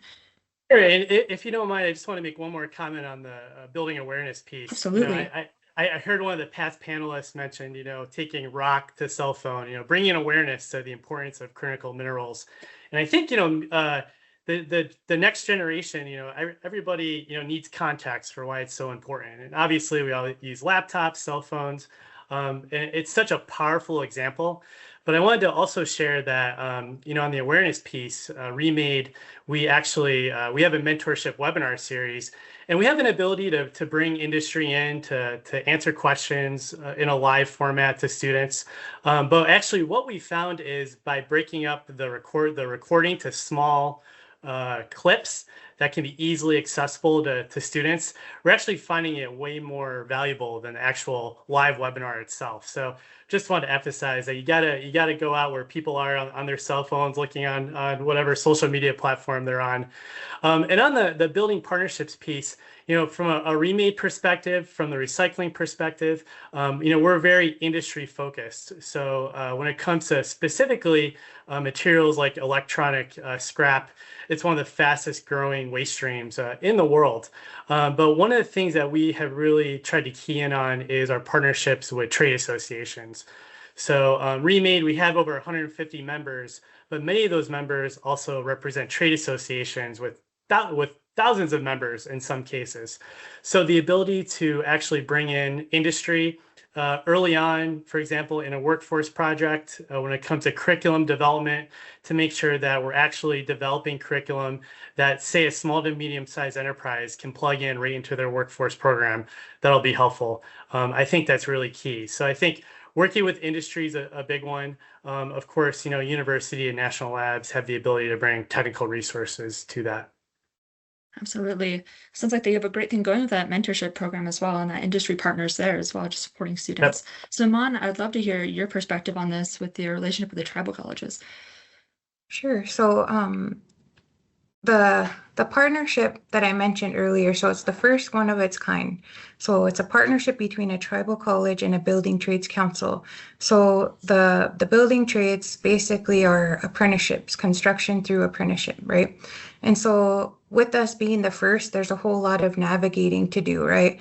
And so we're kind of navigating on the front end and also the back end to the placement part, right?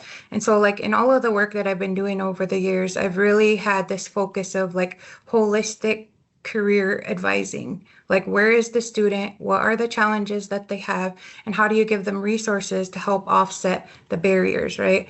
And so over the last 3 years, because we're in our third year right now, over the last 3 years, we've kind of come to understand that a big part of our applicant pool are people who are either justice involved or are in recovery, right? So they have different things that they need to tend to. Some part of that is like they may not have a driver's license and they may not have a GED yet. So like, not only can they not get into like a career training program like college or apprenticeship, but they also maybe can't even get a job sometimes, which also means they don't have adequate transportation, etc. When I worked as a student accounts tech at the college, I served as part of the PNC, or persistence and completion. And so we did a lot of surveys, and the biggest challenges for our students were transportation and adequate childcare. And so just navigating like on both ends, we clearly define what our goals are. For me and the tribal area, we wanted to create more awareness of apprenticeships as a career pathway. And then on Jason's and my partner, he wants to get more people into the trade programs to fill the labor demands. Awesome. Thank you so much for that perspective, Ramon. And we'll end this question, wrap it up with Brandon. And if you wouldn't mind sharing some of your perspectives on the internship program that ODV has and kind of how that can be capitalized as a way as a partner for bringing more people into the workforce. Absolutely, yes, ma'am. And I'll add that I'm actually also going to talk about one of the less successful programs we've had, because I think lessons learned and learning from our failures is good too. So on the unsuccessful side, I'll mention when I took on managing the process facilities here, I was employee number 1. We had no on-site processing, and we wanted to build a team from scratch. And in this area, there weren't a lot of experienced people. Most of the experienced people in this mining district have moved on over the past several years, as this area sort of never saw a resurgence until fairly recently. And so we tried to build a relationship with a local vocational school. And we wanted to bring in welders, electricians, industrial mechanics from their program. We learned that first off, many of their students didn't want to move across the county to come work for us. We're in a fairly remote area. Second off, many of their students were underqualified for the jobs we were trying to fill. They had experience in the industries that they commonly fed into, manufacturing plants, agriculture, etc.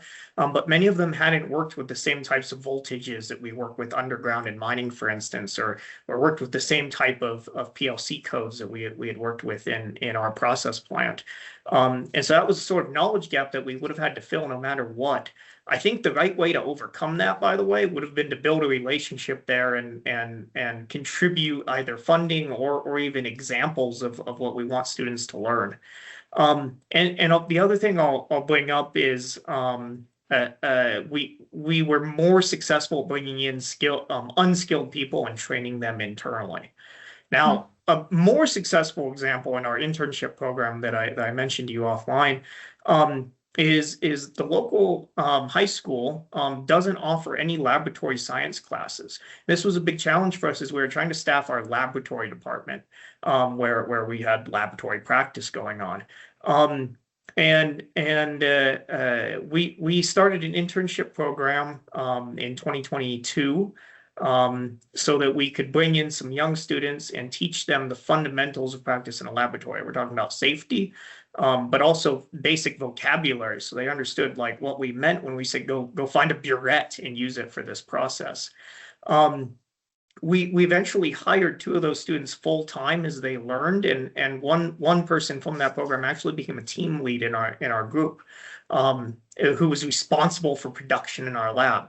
I want to say that the fundamental part of the success there was continuing to educate, continuing to communicate in a scientific manner at all points along that process. We didn't hold back from using scientific terminology when we were teaching these students, and we didn't hold back from requiring them to use scientific terminology when they communicated back to us.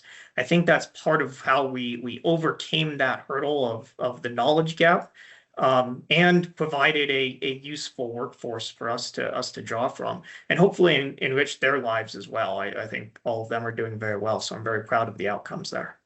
Thank you.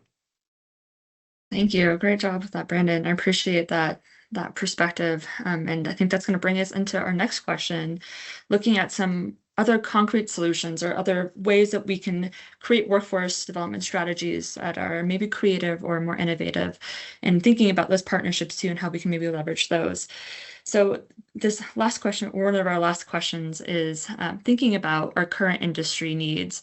What is a highly effective or innovative workforce development strategy your organization or partners have implemented that others in the audience might be able to learn from? And to your point, Brandon, I think also bringing up maybe lessons learned would be a great spot to be touched on here as well.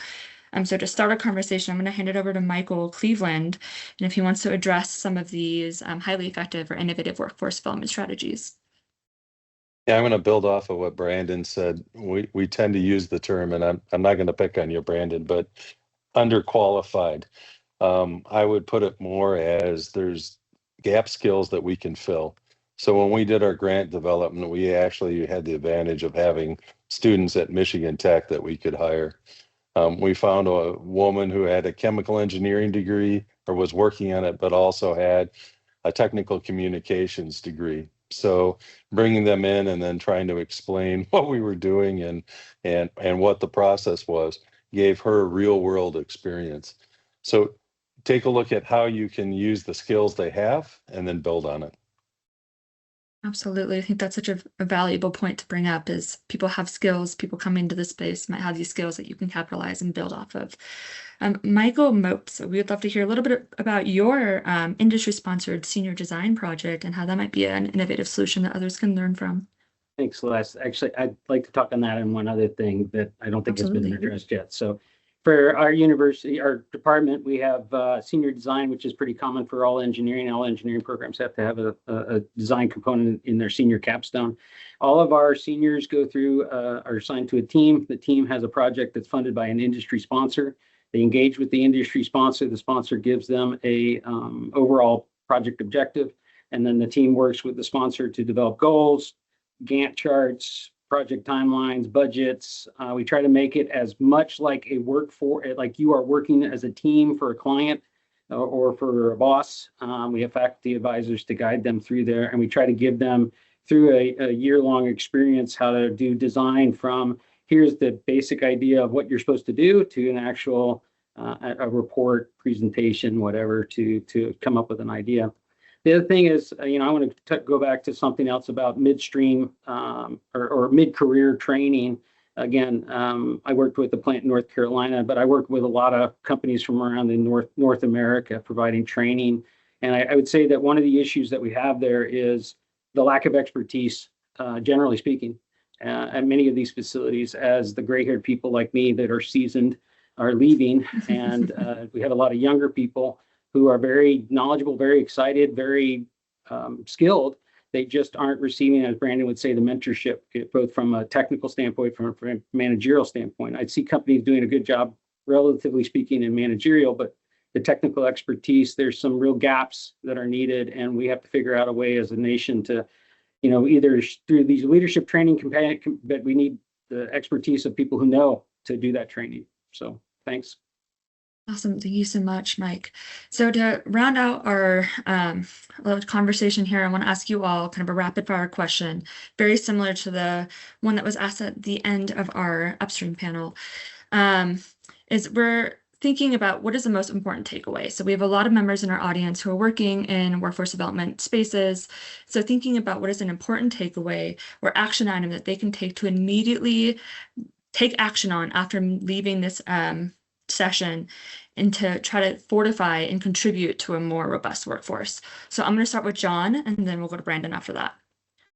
Yeah, I would just say, briefly that, getting industry buy-in quickly is important. We're working on an electronic scrap recycling training program right now focused on non-4-year degree roles. And we have 2 industry people helping us right away with curriculum development. And that's been very valuable. So I would say get industry involved as quickly as possible. So thank you so much, Brandon. I'm going to answer with 2 takeaways because I can't follow rules. But first off, I want to say we need to take a long-term view of this problem. This is a problem that's been 2 decades in the making, maybe more. And it's not going to be solved next week. It needs to be solved over the next several decades. I also want to mention we need to be active in our communities, particularly professionals who are in midstream processing of critical metals need to be active in the local communities where these things are being processed and where these projects do exist, and show local people, local young people, what this career can mean for them. I hope that's helpful. Yes, thank you so much, Brandon. Aman, do you want to share your takeaway? Sure. I just kind of bullet pointed them. For employers, I would say be willing to fund a faculty member and use your facilities for the training, assess your hiring practice, and maybe even help design a on-the-job kind of apprenticeship program. For educators, I would suggest visiting the Critical Materials Collaborative resources to kind of educate yourselves on the field and start learning more about it, and then also provide more opportunities for that career exploration piece. And then for governments to just start collaborating and working together and having conversations from the tribal governments to the state governments to the federal government, and just kind of connect all of those pieces, resources, and supports in the area of workforce development. Thank you so much, Aman. Michael Moats, your takeaway for our crowd? I think Michael Cleveland already said it, like, go tell somebody. Go tell somebody about the opportunities in critical minerals, materials. Go join the field, go get a job. There's great opportunities, and you're going to help our nation. To me, this is a patriotic thing that we want to do as a nation. So go tell everyone, tell your friends, tell your family, tell your neighbors, tell the people, whoever, tell the kid at the grocery store, tell everybody. Michael Cleveland, do you want to add on to that piece? Yeah, I would also push and say that we have to reach out to the non-traditional groups that we may not interact with. We were lucky with RevX. We have letters of support from the 3 tribal communities that we're located around. And they're a key part of our workforce development plan, and working with them, and I'll use the term synod, walking together with them, helping them with what their objectives are, and seeing how I can fit helping them. Awesome. Thank you so much. Thank you so much, panelists, for your input on that question as well. So I'm going to turn over to a couple of questions from the audience. So one of the questions that was brought up, and I'm going to open this up to anybody as they see fit to answer, is about our mid-sized manufacturers. So how can small or mid-sized manufacturers strategically initiate and sustain partnerships with local schools, trade schools, colleges, and other workforce development agencies? So how can those kind of, maybe not your larger organizations, but those smaller ones who are looking to kind of bolster and create some of those partnerships? I have a quick comment for this one. So something that, we see at the college level is kind of like the skill sets that the kids are graduating with from high school, right? And I feel like if there is a greater amount of conversation going on between higher ed and K-12, plus workforce, I think that a lot of doors could be open for, collaboration and really setting expectations. Like, these are the skills we want them to learn when they're coming out of high school so that they can easily transfer into like one of these positions. So yeah, that's my Thank you so much, Amon. Yeah, Michael. Moats, to be clear. Small companies, every teacher, every educator always likes to take their classes on field trips. Open up your facility, let them walk around, see and engage them to show them how they can engage and come to work for you. Awesome. Yeah, go for it. Just pop in, y'all. Yeah, I would just like to add too, make sure you get on the radar of your local workforce investment board or workforce development board, because they can really help you as well in terms of, what's the pitch you can make to future employees on, the value proposition.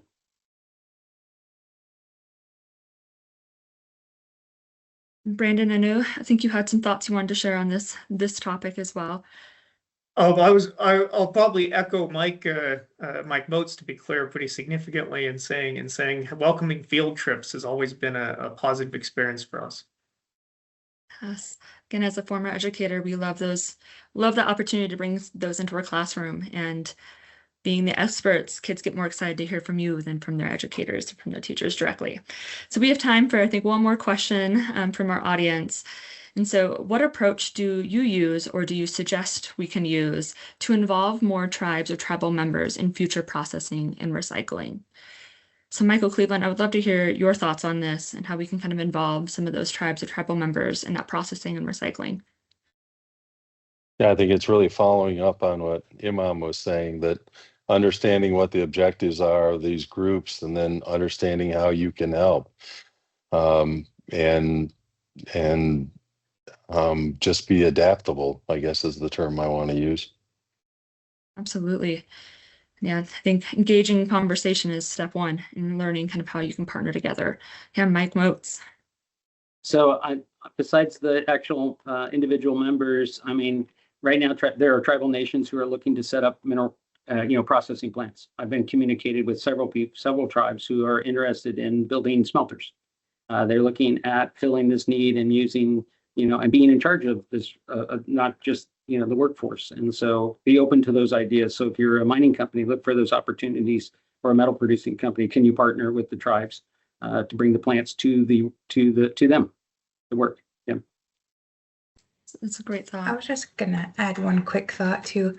I think even having accessible places to like even take different electronic materials, like a lot of times people don't really know you can take them to like Best Buy and things like that, but like I think creating awareness and tangible things about what these are for would kind of help, like, oh yeah, because there isn't a lot of recycling available even where I live, on this reservation. So it's crazy. Sometimes you go to the big cities and they have these big drop centers for recycling in general, and so like we just don't have that kind of infrastructure here, or somebody to maintain it, or people to maintain it.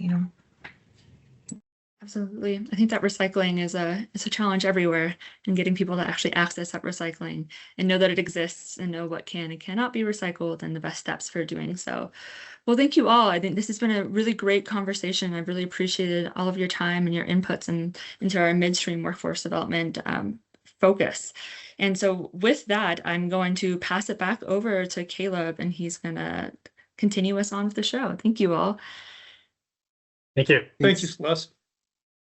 Thanks, Celeste, and all the members of the Midstream panel. Again, we're really grateful to all of our experts here today for participating in these panel sessions and really driving this national dialogue.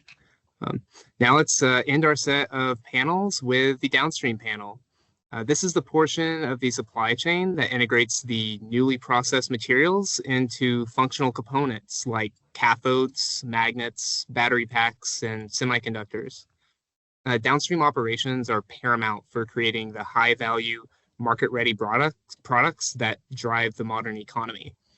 This panel will focus on promoting the workforce for the downstream critical minerals and materials supply chain with experts from academia, industry, and trade. So on the next slide, we have our list of panelists here, and our panel is going to consist of these introductions, the moderated panel discussion, and audience Q&A. I'm sure you've gotten the structure of it by now. Please submit your questions, as always, using the Q&A button. And our panel will be moderated by Bruce Thomas of the University of Arkansas Pulaski Technical College, where he is the Director of Technical Sciences. Mr. Thomas leads initiatives for credit workforce training. He also has experience in college administration, playing a role in advancing the advanced manufacturing, HVAC-R, construction technology, and other technical science programs. All right, Bruce, let's begin the Downstream panel. Thank you. I feel like you summarized me pretty well. Alexis, do you want to go ahead and talk about yourself? Absolutely. Hi, my name is Alexis Eberth, and I am Panasonic Energy's Senior Manager of North American Apprenticeships and Document Control. I actually started my career teaching middle school science and high school English, and I saw so many students who weren't going to fit that college-bound career path. So fast forward to today, and I have the privilege of creating and managing EV battery-related apprenticeship programs that support my former students. As manufacturing systems become more automated and technically complex, our workforce needs a scalable talent pipeline that can keep pace with rapid industry expansion. So we have this tremendous opportunity to build innovative apprenticeship models that attract a new and diverse workforce.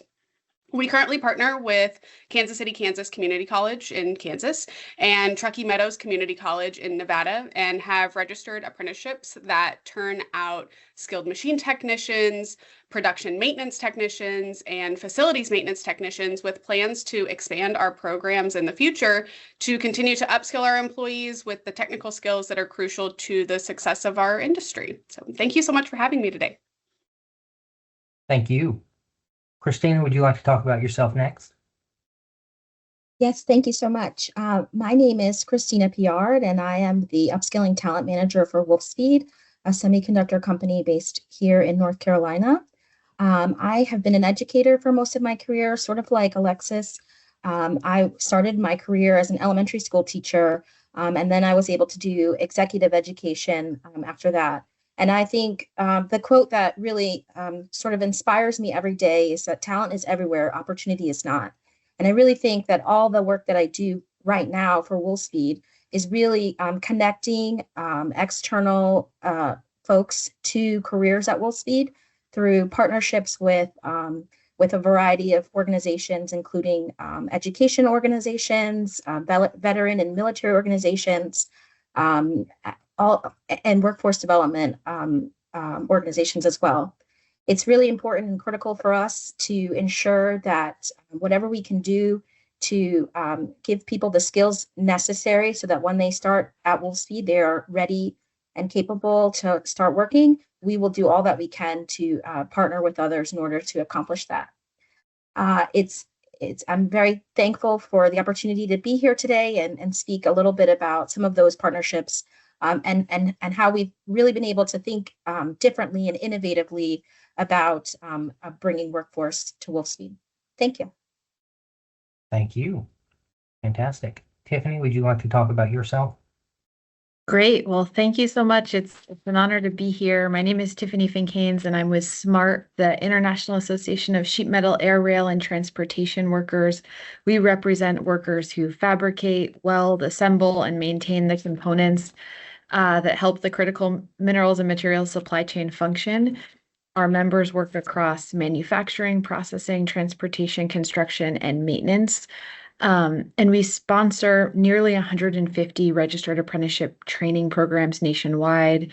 Those programs prepare workers for high-skilled jobs using advanced fabrication, welding, and manufacturing technologies. And in my role at SMART, I advocate at the federal level to ensure workforce policy reflects the real labor needs of our members in the industry and supports long-term capacity across the supply chain. From our perspective, one of the biggest workforce challenges we see is long-term workforce stability.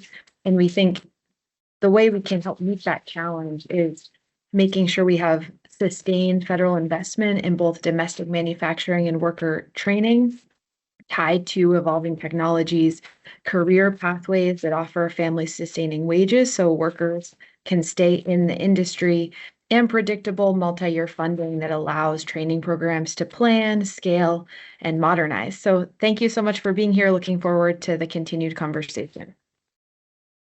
Thank you, Tiffany. Paola?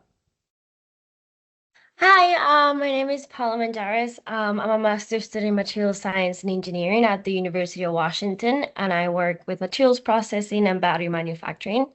Early on in my career, I worked at a startup developing electrochromic technologies, and there I saw the importance of materials and how they directly affect the safety and scalability of a product. And that kind of led me to understanding material science in a different way and looking at it from more of a manufacturing perspective. And that realization pushed me to pursue a graduate degree in material science. And right now I work on thin film technologies, and I try to tie lab scales to real world manufacturing constraints to assess process parameters. From my perspective, I think there's a gap between academic training and hands-on manufacturing experience. So a lot of us graduate with a strong theoretical knowledge, but a kind of limited exposure to processing tools, understanding of variability and failure analysis. So to shrink that gap, I think it's important to give students earlier applied experience so we can join the workforce more prepared and confident. So I'm excited to be part of the conversation. We're excited to have you. Elsa? Thank you so much. It's really a wonderful opportunity to be here. So my name is Elsa Olivetti, and I'm faculty within the Material Science and Engineering Department at MIT. And through my work in building industry consortia across MIT's campus in areas of mining and electronics and resource efficiency, for the past several years, I've had the opportunity to serve MIT in convening our efforts in critical technologies and minerals along the entire value chain. And on the downstream workforce side, I'd just like to name a few specific initiatives to highlight where we have found there to be need, and particularly highlighting MIT's recently launched Presidential Initiative for New Manufacturing, under which a few of these fall. So first is our Technologist Advanced Manufacturing Program, which was actually just covered in MIT News, which is a government-supported 12-month certificate program held at local community colleges towards building what its leaders have coined accredited technologists. So that's combining technicians and engineers in analogy to the nurse practitioner model, and it's geared at mid-career in particular. There are also boot camps through industry-tailored semiconductor resource efficiency and photonics integration systems.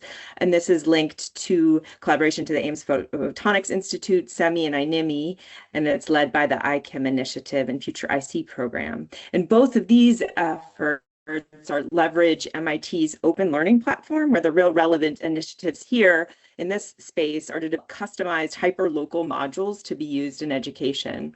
And finally, MIT's Lincoln Lab has a microelectronics lab and a workforce student development program that's on-site. It's a longer engagement model, and it leverages the fabrication facilities as a teaching fab, and it's really geared at cohorts of cross-disciplinary undergraduate engineering students from across the country. And so just a few lessons learned and key takeaways from the set of initiatives that I've mentioned. One is the benefit of teaching to the capability gaps. So we have one, and this is this technologist program. We have engineers on one hand who are expected to know systems and processes. Those are typically separated from operators who may be trained on specific machines. And so alongside this career pathways and transferable skills we've heard throughout the afternoon, we want to address the key capability gaps. And then finally, we also need to think about the frameworks and assessment of the curriculum design itself that's purposed for workforce development. And this should be curriculum that's validated by companies and local companies, including interactive simulations, online segments, hands-on embedded work in real problems. And we've heard about this throughout the afternoon, but really trying to also assess the feasibility and viability of that curriculum. So thank you so much for the opportunity. Thank you for being here with us. So one thing that all of you mentioned that I really want to hit on is the pipeline. And so a question that I want to ask all of you is, what innovative or underutilized strategies show promise in attracting talent to critical mineral training programs? I know, Tiffany, you and I talked a little bit about the show before. Would you mind to expand on that some? Sure, Bruce. So one of the effective strategies we've found that helps people enter our program and also complete our training programs is childcare. So earlier this year, SMART launched a partnership with Futures, which becoming one of the first building trades union nationwide to offer a childcare benefit to our members. And we've also been piloting direct childcare subsidies to members in Indiana and Nebraska so that our members who are working on major manufacturing and production projects are able to access those benefits. And what we've found is that childcare support is really helpful in expanding the available talent pool. It helps parents and caregivers participate in training, and it helps with both recruitment and retention of workers. So in our views, wraparound services and supports like childcare are really important and should be viewed as infrastructure, not just extra tag-along things that workers need.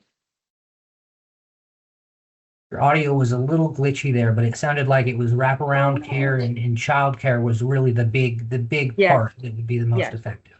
Yeah. Perfect. Thank you. Christina, I know you had some thoughts on this as well. Yeah, I think for us, the biggest thing that has really made an impact is really meeting the potential workforce where they are. I think Tiffany spoke a little bit about childcare as an issue. Another issue is really making sure that whatever training program that we partner with, or a training provider that we partner with, is able to provide those wraparound services, as well as provide training at times that are convenient for the worker, and in a scale, a sort of boot camp style, quick, short, highly skilled curriculum, so that folks are able to really get what they need in a short amount of time without sort of spending months and months and months trying to get the skills that they need, and then tying that directly to what our workforce needs are, as well as partnering with other advanced manufacturers in our area, so that it's not just a job for a company like Wolfspeed, but a job in the advanced manufacturing sector in our area altogether. And so that the individuals have an opportunity not just to work with us, but work with any of our other companies in the area, and really sort of play together nicely in the sandbox. That's been a really impactful partnerships that we've really tried to cultivate. Okay, so short, well-defined trainings with good childcare. Okay, well, thank you. In recruiting future talent, how can we balance the need to prepare the workforce for the future while also being realistic that these jobs may not be here quite yet? Elsa, I know you had some thoughts on this. Yeah, and I think this is maybe relevant differently for different parts of the supply chain that we've been talking about. But I think, it's a little bit about kind of risk diversification is maybe, and de-risking systems is maybe one way I'd say it. And I think Christina spoke to this a bit implicitly in the way she was answering this. So I think one thing that we've felt is developing industry partnerships with groups of employers, so that mitigates the kind of ebb and flow of individual company needs. And then that also continues to then highlight the importance of training workers to have transferable skill sets to work across industries. But the idea that we're thinking about things in kind of cohorts and groups, so that if there's one industry that isn't as strong or doesn't have as much gap, people are able to think in transferable ways. And this a model for kind of training in that space comes to this technologist program I mentioned, where that has a hub and spoke model to it. So the hub is kind of technical skills that are more transferable across manufacturing types, which you could deliver in this modular way that Christina highlighted. But then spokes could have specific training necessary for the kind of specialization you might have: robotics, mining, critical minerals, and that spoke can then be tailored where you have this sort of core hub that's resonant across all. So those are the kinds of things that we are thinking about to try to de-risk this challenge, that you want to draw people into a career. You want to say that there are opportunities in multiple spaces with multiple ways of doing this, and also that having some ability for companies to guarantee positions in the ways they can, or compensate for some of the training. So those are a couple of ideas that we've had in that space that have led to the ways the programs have been designed. I think that's a fantastic way to design those programs. Christina, do you have any other thoughts? I know she bounced off of you a little bit, but.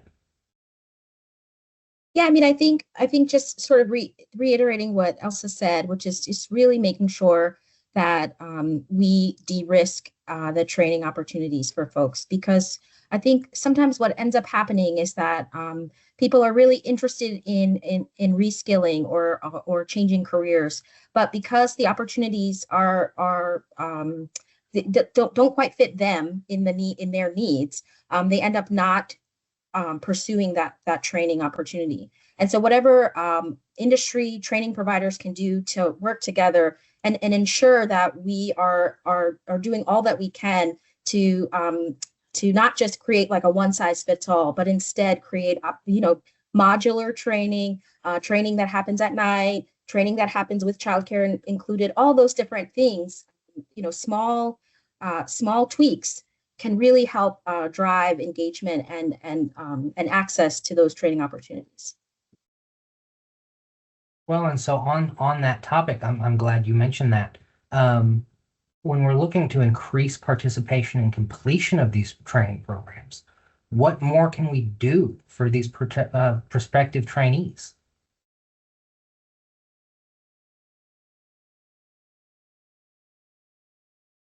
Elsa, Bruce, do you have any thoughts on that? Oh, sorry. No, you're okay. Go ahead, Christina. Oh. I think you're muted. Or the sound cut. Here we go. Thank you, Bruce. One of the things that we have found is that paying folks to participate in the training has been helpful. Partnering with the training providers, that successful completion of the program would actually allow people to be eligible for interviews, like on-site interviews. Making sure that we prep our hiring managers before going into those interview spaces to ensure that the people our folks know that these people are in a training program, in a short-term training program. I think that's been really critical. And then making the promise and the commitment to the people participating in the program that at the end of the program, these are the things you will receive. You'll receive a chance to interview with industry. You'll receive resume prep, mock interviews. Like I said, pay to supplement, time that they may have stopped working someplace else. All those things have really helped to increase, I would say, graduation or completion of those training programs. Okay. Elsa, would you agree with those statements? Yeah, and I think maybe just from the kind of design of curriculum perspective, and this leans on something that Mike said in the previous segment, is thinking about these sort of projects or capstones or culmination activities trying as best as one can to kind of embed those within real problem solving for companies. And this obviously requires relationship building. This is not an instant thing. You have to be kind of working towards this. But ideally, if these projects lead to savings or add value, then it could be worthwhile for these students to be paid for their work. And we've seen that both in the technologist program, but also in the Lincoln Lab work that I mentioned in the internship program, where their students are really embedded in an engineering team, and the projects originate in that way, and then they end up really. It also helps on the mentorship side, so it takes time, but I think it's kind of, how do we think about it from the curriculum development perspective in terms of what Christina said? Can you really embed the solutions such that it also makes it feel real for the students? Fantastic. Tiffany, do you have thoughts on it? And how does SMART navigate that? Sure. Can you hear me okay, Bruce? I'm Yes, hoping my it's audio is coming through better. a lot better this time. Okay, good. So in addition to childcare that I spoke about earlier, one thing that we have found is a high impact, low cost solution is mentorship. So SMART partnered with the University of Washington on a 5-year research project that looked at mentorship's role in retention, particularly for women in the trades. And we then developed a best practices and mentor handbook, which is being used across all of our training centers across the country. So about 150 training centers. And mentorship is so important for a number of different reasons. One, it really does help with improvement of completion and retention rates through the training program. And it helps with worksite job safety, psychological well-being for workers. And it really helps workers navigate complex high skill career pathways. So for us, it's something that we think is really important to help workers not only enter and stay in the training programs, but then long-term build their expertise and career pathway throughout their time in the field. Thank you for that. It sounds like there are several options and examples that have been provided on how we're able to help trainees in these programs. But does anyone else have any examples they could share that might be able to help some of the other programs that may be watching, and how they can help increase their success? I can speak to that. Our programs offer courses for college credit, and these can be transferred to most institutions across the nation. So, for example, our apprentices finish our skilled machine technician program with 16 college credits and a Certificate C from Kansas City, Kansas Community College that directly feeds into an automation engineering technology associate's degree. So these courses, they correlate with on-the-job training. So there's this direct link between what they're learning in class and then like the hands-on learning that they do on site. We have this really cool production system graph, like it's like a picture, it's a house. And so you have, the roof and the pillars, and at the very foundation of our company is our people. So not only do we provide a livable wage to our apprentices while they are both on site and while they're in class, but we also pay for their education. We pay for those college credits for the community college. So ultimately, investing in our apprentices is that key to meeting the needs of our employees, which meets the needs of the business, which meets the needs of our customers. So it sounds like the ultimate answer there is going to be partnerships, is working together to get through these issues. On the topic of partnerships, how can partnerships between academia, industry, labor, and government be leveraged more effectively to create a more robust pipeline for skilled workers?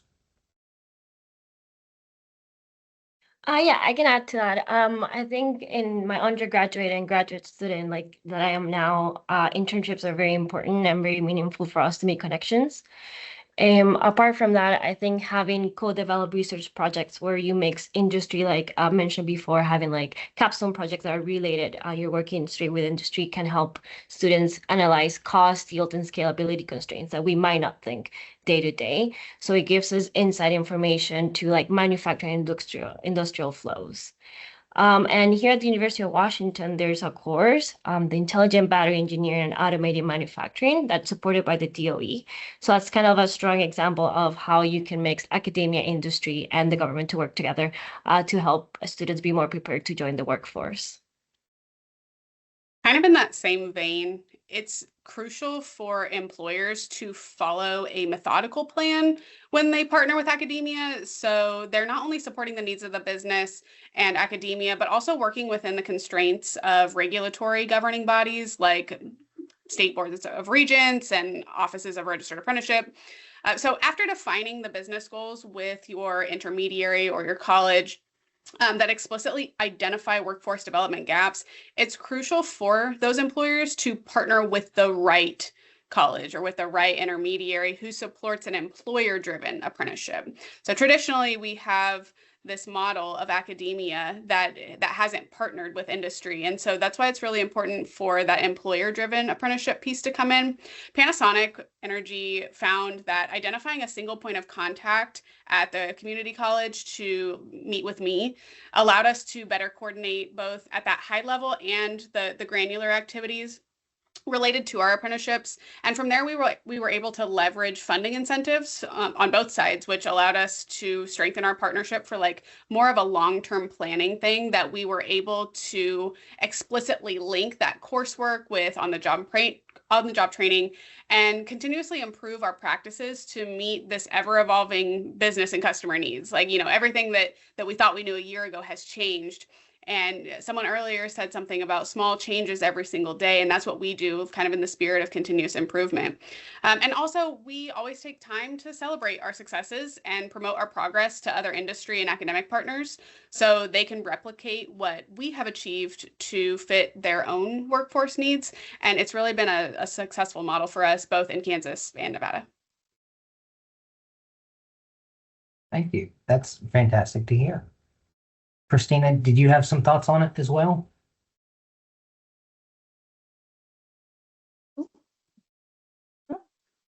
I can hear you a little bit. Can you hear me? Yes. Because it's so weird. Oh, and it just cut out. Okay. Fingers crossed it worked there. Perfect. I can hear you. So I would say that we've been able to partner with all the organizations you mentioned in the question. So here in North Carolina, we have a really innovative partnership with our local community college, Central Carolina Community College. As we're building out a new facility in the area, the state provides us with some workforce development grant money. That is the community college is sort of the fiduciary of that money. And it's really there to help us build the workforce that we need to give the local community the skills needed to actually work in our facility. And so we were able to partner with that community college to build training classes, not just for our new hires, but also for any members of the community that are interested in learning the skills. And so because of that partnership, we were actually able to invite the K through 12 system as well and create a pathway for high school students in CTE programs where they're learning the same exact skills, obviously over the course of a school year, rather than in that short boot camp style that I mentioned before. But they're actually able to learn the same foundational skills as our new hires, as well as any community members who take the courses. And really, that is really about creating the ecosystem in the area so that it's not just about our short-term needs, but also sort of long-range planning out. If you can get someone who's a 10th grader to learn the skills needed to come work in advanced manufacturing or the semiconductor industry altogether, that is a really great opportunity for growth for our workforce pipeline. I agree, absolutely. On that topic, one of the reasons that I feel it's always difficult to get people into these careers is because there's perceptions that don't share what all is available. And so how do y'all feel that we could educate the public about the wide array of career paths available in the Downstream? Any of those paths, including education at trade schools, colleges, and universities. Taylor, I know you're a prime example for this one. Yeah, so I think there might be more structured training. So having lab work that is directly connected to critical materials, so like coin cell assembly or pouch cell fabrication, can put in perspective how we use the critical materials and help students visualize you're just working on mining, but this is where it ends. So it kind of puts the whole work in perspective and the whole supply chain. I also think having industry guest speakers and a seminar series can really help students visualize the day-to-day task, especially when they go over their job. And lastly, echoing other panels, field trips are very important. I think it's a great resource to use with students because you can clearly see viable career paths.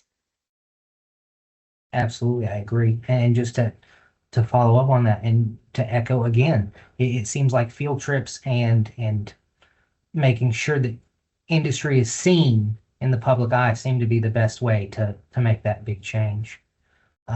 Bruce, I can offer a small thought here, which is sort of Yeah. related to this, I guess, Absolutely. rock phone point that was made in some of the earlier panels too. I think there is sort of like, where is the current, public discourse and how can you lean on that? So we've given a couple of examples around mining and batteries, but on the semiconductor side, I think you can also think about what are the technical skills and training needed, or in situ testing capabilities in a data center, right? And kind of how that, knowing how to sort of swap out racks and do the testing and inline testing in a semiconductor facility, given how much attention things like data centers are getting. I think that's another thing, is like, where is there a lot of dialogue in the public, and how do we think about not just saying there are workforce needs here, but here are the kinds of things you can be doing in those settings that would really be advantageous and adding to the country's competitiveness in this area. Thank you for that. I appreciate it. So for the workforce development professionals in the audience, what's the most important action they can take upon leaving the event to contribute to fortifying the critical minerals workforce? For Panasonic, it's stepping into a mindset where you have to take extraordinary measures. And that comes from the top down. We are always told to take extraordinary measures because we're in this emerging industry. So the traditional models that people may be familiar with, they may not always be the best path forward to our sustainable solutions. And that's not to say that traditional models don't work all the time, but once you get uncomfortable, once you start taking those extraordinary measures, you can gain clarity, alignment, focus, and accountability to allow for that innovation, which is what we've accomplished with our registered apprenticeship programs at Panasonic.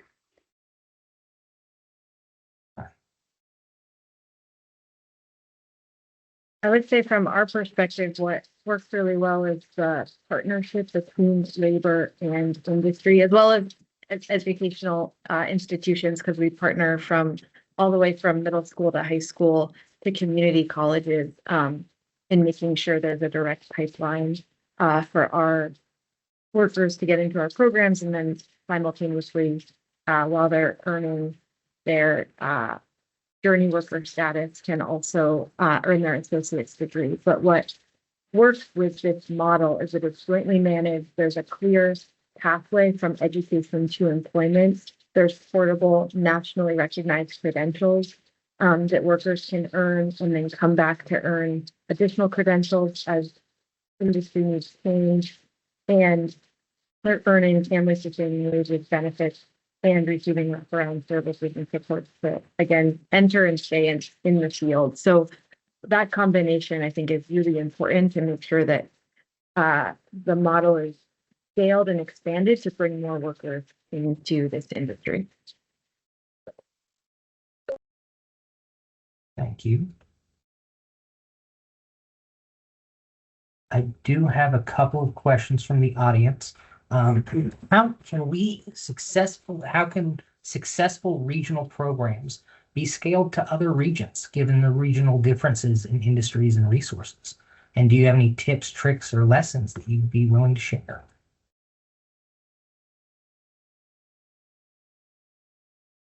So one thing that, sorry, Alexis. No, go ahead, please. One thing that we did here at Wolfspeed as we were building our workforce in upstate New York, we'd already established a lot of those partnerships I mentioned before. And what we ended up doing was just getting the folks from North Carolina on the same call, Zoom call, with the folks from New York, and bring all of those workforce development partners into one call and sort of talk about what are the similarities in terms of the resources available, in terms of the programs, that sort of thing. And then just have them riff off each other in a way, and talk about, oh, we have that program here too, and we do this, and we call it this. And allow them to sort of talk to each other in a way that I wasn't necessarily the intermediary or the person, the moderator of that conversation, but just the convener of that conversation. And then from there, we were able to sort of create sort of a Venn diagram of what's available in North Carolina versus what's available in New York, and then make sure that we allowed for that continuous improvement and conversation, that dialogue to continue happening. And as our workforce needs shift, we still know that the programs that are in place to help us to achieve the workforce that we need, they sort of model each other in North Carolina and in New York. They might be called different things, but ultimately they want the same outcomes. And so just, I guess the advice I would have is just get those people in the room together and have some conversation, some dialogue. And in that same vein, I was going to say, in that same vein, having a standing meeting, whether it's every other week, once a month, when we work with our partners, whether it's in industry or with our other intermediaries or community colleges or whatever, a single conversation is not enough to forge that bond, to forge that relationship. So I have monthly meetings with some of our partners, and the meeting is set for 30 minutes. Sometimes we only talk for 15. Sometimes it goes an hour, depending on what the conversation is. But not only do we build that relationship, but little things come up like, oh man, I was so frustrated at this little piece, but this is how I solved it. And then someone who I'm speaking with is like, oh my gosh, I've been struggling with that issue for 6 months. Thank you so much. And sparking that dialogue is so important, but also building that lasting relationship, because I cannot tell you how many times I have reached out to a partner and been like, hey, we are hitting this roadblock. What advice do you have for me? And it cuts the trial and error time completely out of it, because someone's already done it, or someone just is able to look at something from the outside in. And it's such a powerful tool that we don't always realize is just having a standard calendar meeting that you can use as kind of a way to not only just build your network, but support the needs of the business and therefore your employees, your programs, and all of your training initiatives. That's great advice. I thank you for sharing that. So another question we've received is, how do you see new technologies like AI or autonomous equipment changing the workforce skills needed in the next few years? I think these are going to be very important resources. In my lab, we work with having AI training. So making coin cells is a very rigorous work, and it's very hard to make them inside the glove box. So we try to train people using AI beforehand, before they actually get and have to do it in the lab. So it's a good way to kind of cut time and introduce these skills to people that maybe don't have any lab training at all. I have kind of a micro example here. This, because we're talking about kind of workforce, it's obviously very relevant to the training of the workforce, as Paula's example just gave, but even things like AI career coaches, that's kind of a crowded space right now. Those, for the most part, are for knowledge workers by knowledge workers. And so working to increase the representativeness of their AI career coaches also geared towards skilled technical workers. And we've seen that sort of bias in all kinds of ways in which AI is used. But in this particular case, thinking about it based on the needs and things that have been shared throughout, and developing the specific AI tools with the audience in mind that wants to be using it, and therefore, that informs the data set, et cetera, like that's in the weeds. But I just think that little representative example sort of shows us how extensive it is, the work that needs to be done in this, and making these things relevant for the communities we're talking about here, the audience we're talking about here. Well, I think that's a very good point. Thank you for mentioning that. The last question I have from the audience is, how important do you see interdisciplinary training in preparing the next generation of the downstream workforce? And what role can universities play in delivering this type of education?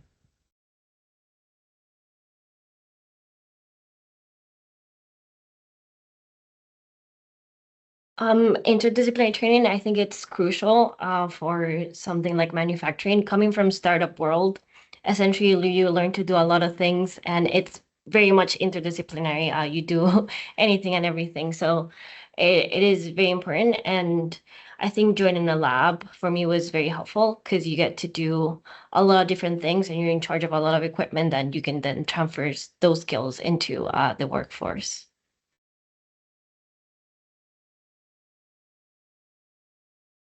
Our skilled machine technician role is a hybrid between an operator and a maintenance technician. And so when we send students, apprentices to school, they are exposed to AC/DC circuits, electric motor controls, industrial fluid power, total productive maintenance, all of these interdisciplinary things that typically you would see of like in a silo. So, you know, I'm just an electrician, so I work with electricity stuff, and I'm just a hydraulics guy, so I only do fluid power. And these people who work around these machines have to know all of it. They have to know the mechanical, electrical, pneumatic, hydraulic. They have to know all of these things. And so exposing them in class is a great way for the universities to kind of lock in that interdisciplinary piece that directly links to their on-the-job training, because they could one day be working on a machine that's primarily pneumatic, but then the next day they have to go fill in for something that has a lot of electrical components.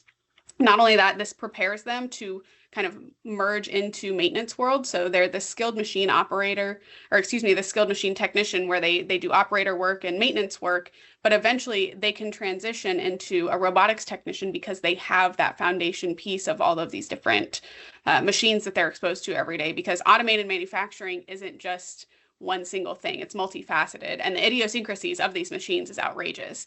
You know, going back to the previous question of where do we see a workforce needed in 5 to 10 years? Well, we need people who know how to work on these crazy automated machines that we just don't have the skilled workforce yet. And so our goal as employers is, what can we do to upskill the employees we already have, rather than trying to find new people and bring them in. You know, we have this incredibly intelligent workforce, so how do we bring them up so that in investing in them, they're also investing in us?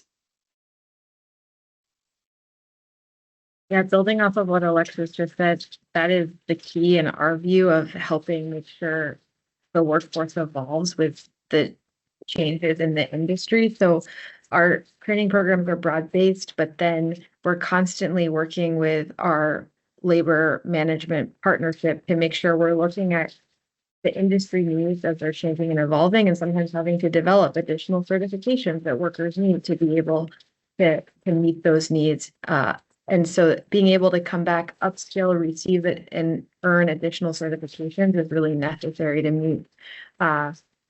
meet the needs of what we're experiencing now and today and into the future. We just had one more question pop up, so I want to hit it real quick before we end. What's the role of state workforce boards in assisting U.S. Department of Energy on workforce solutions? How do we avoid recreating a separate workforce system outside of the existing U.S. Department of Labor and state workforce systems?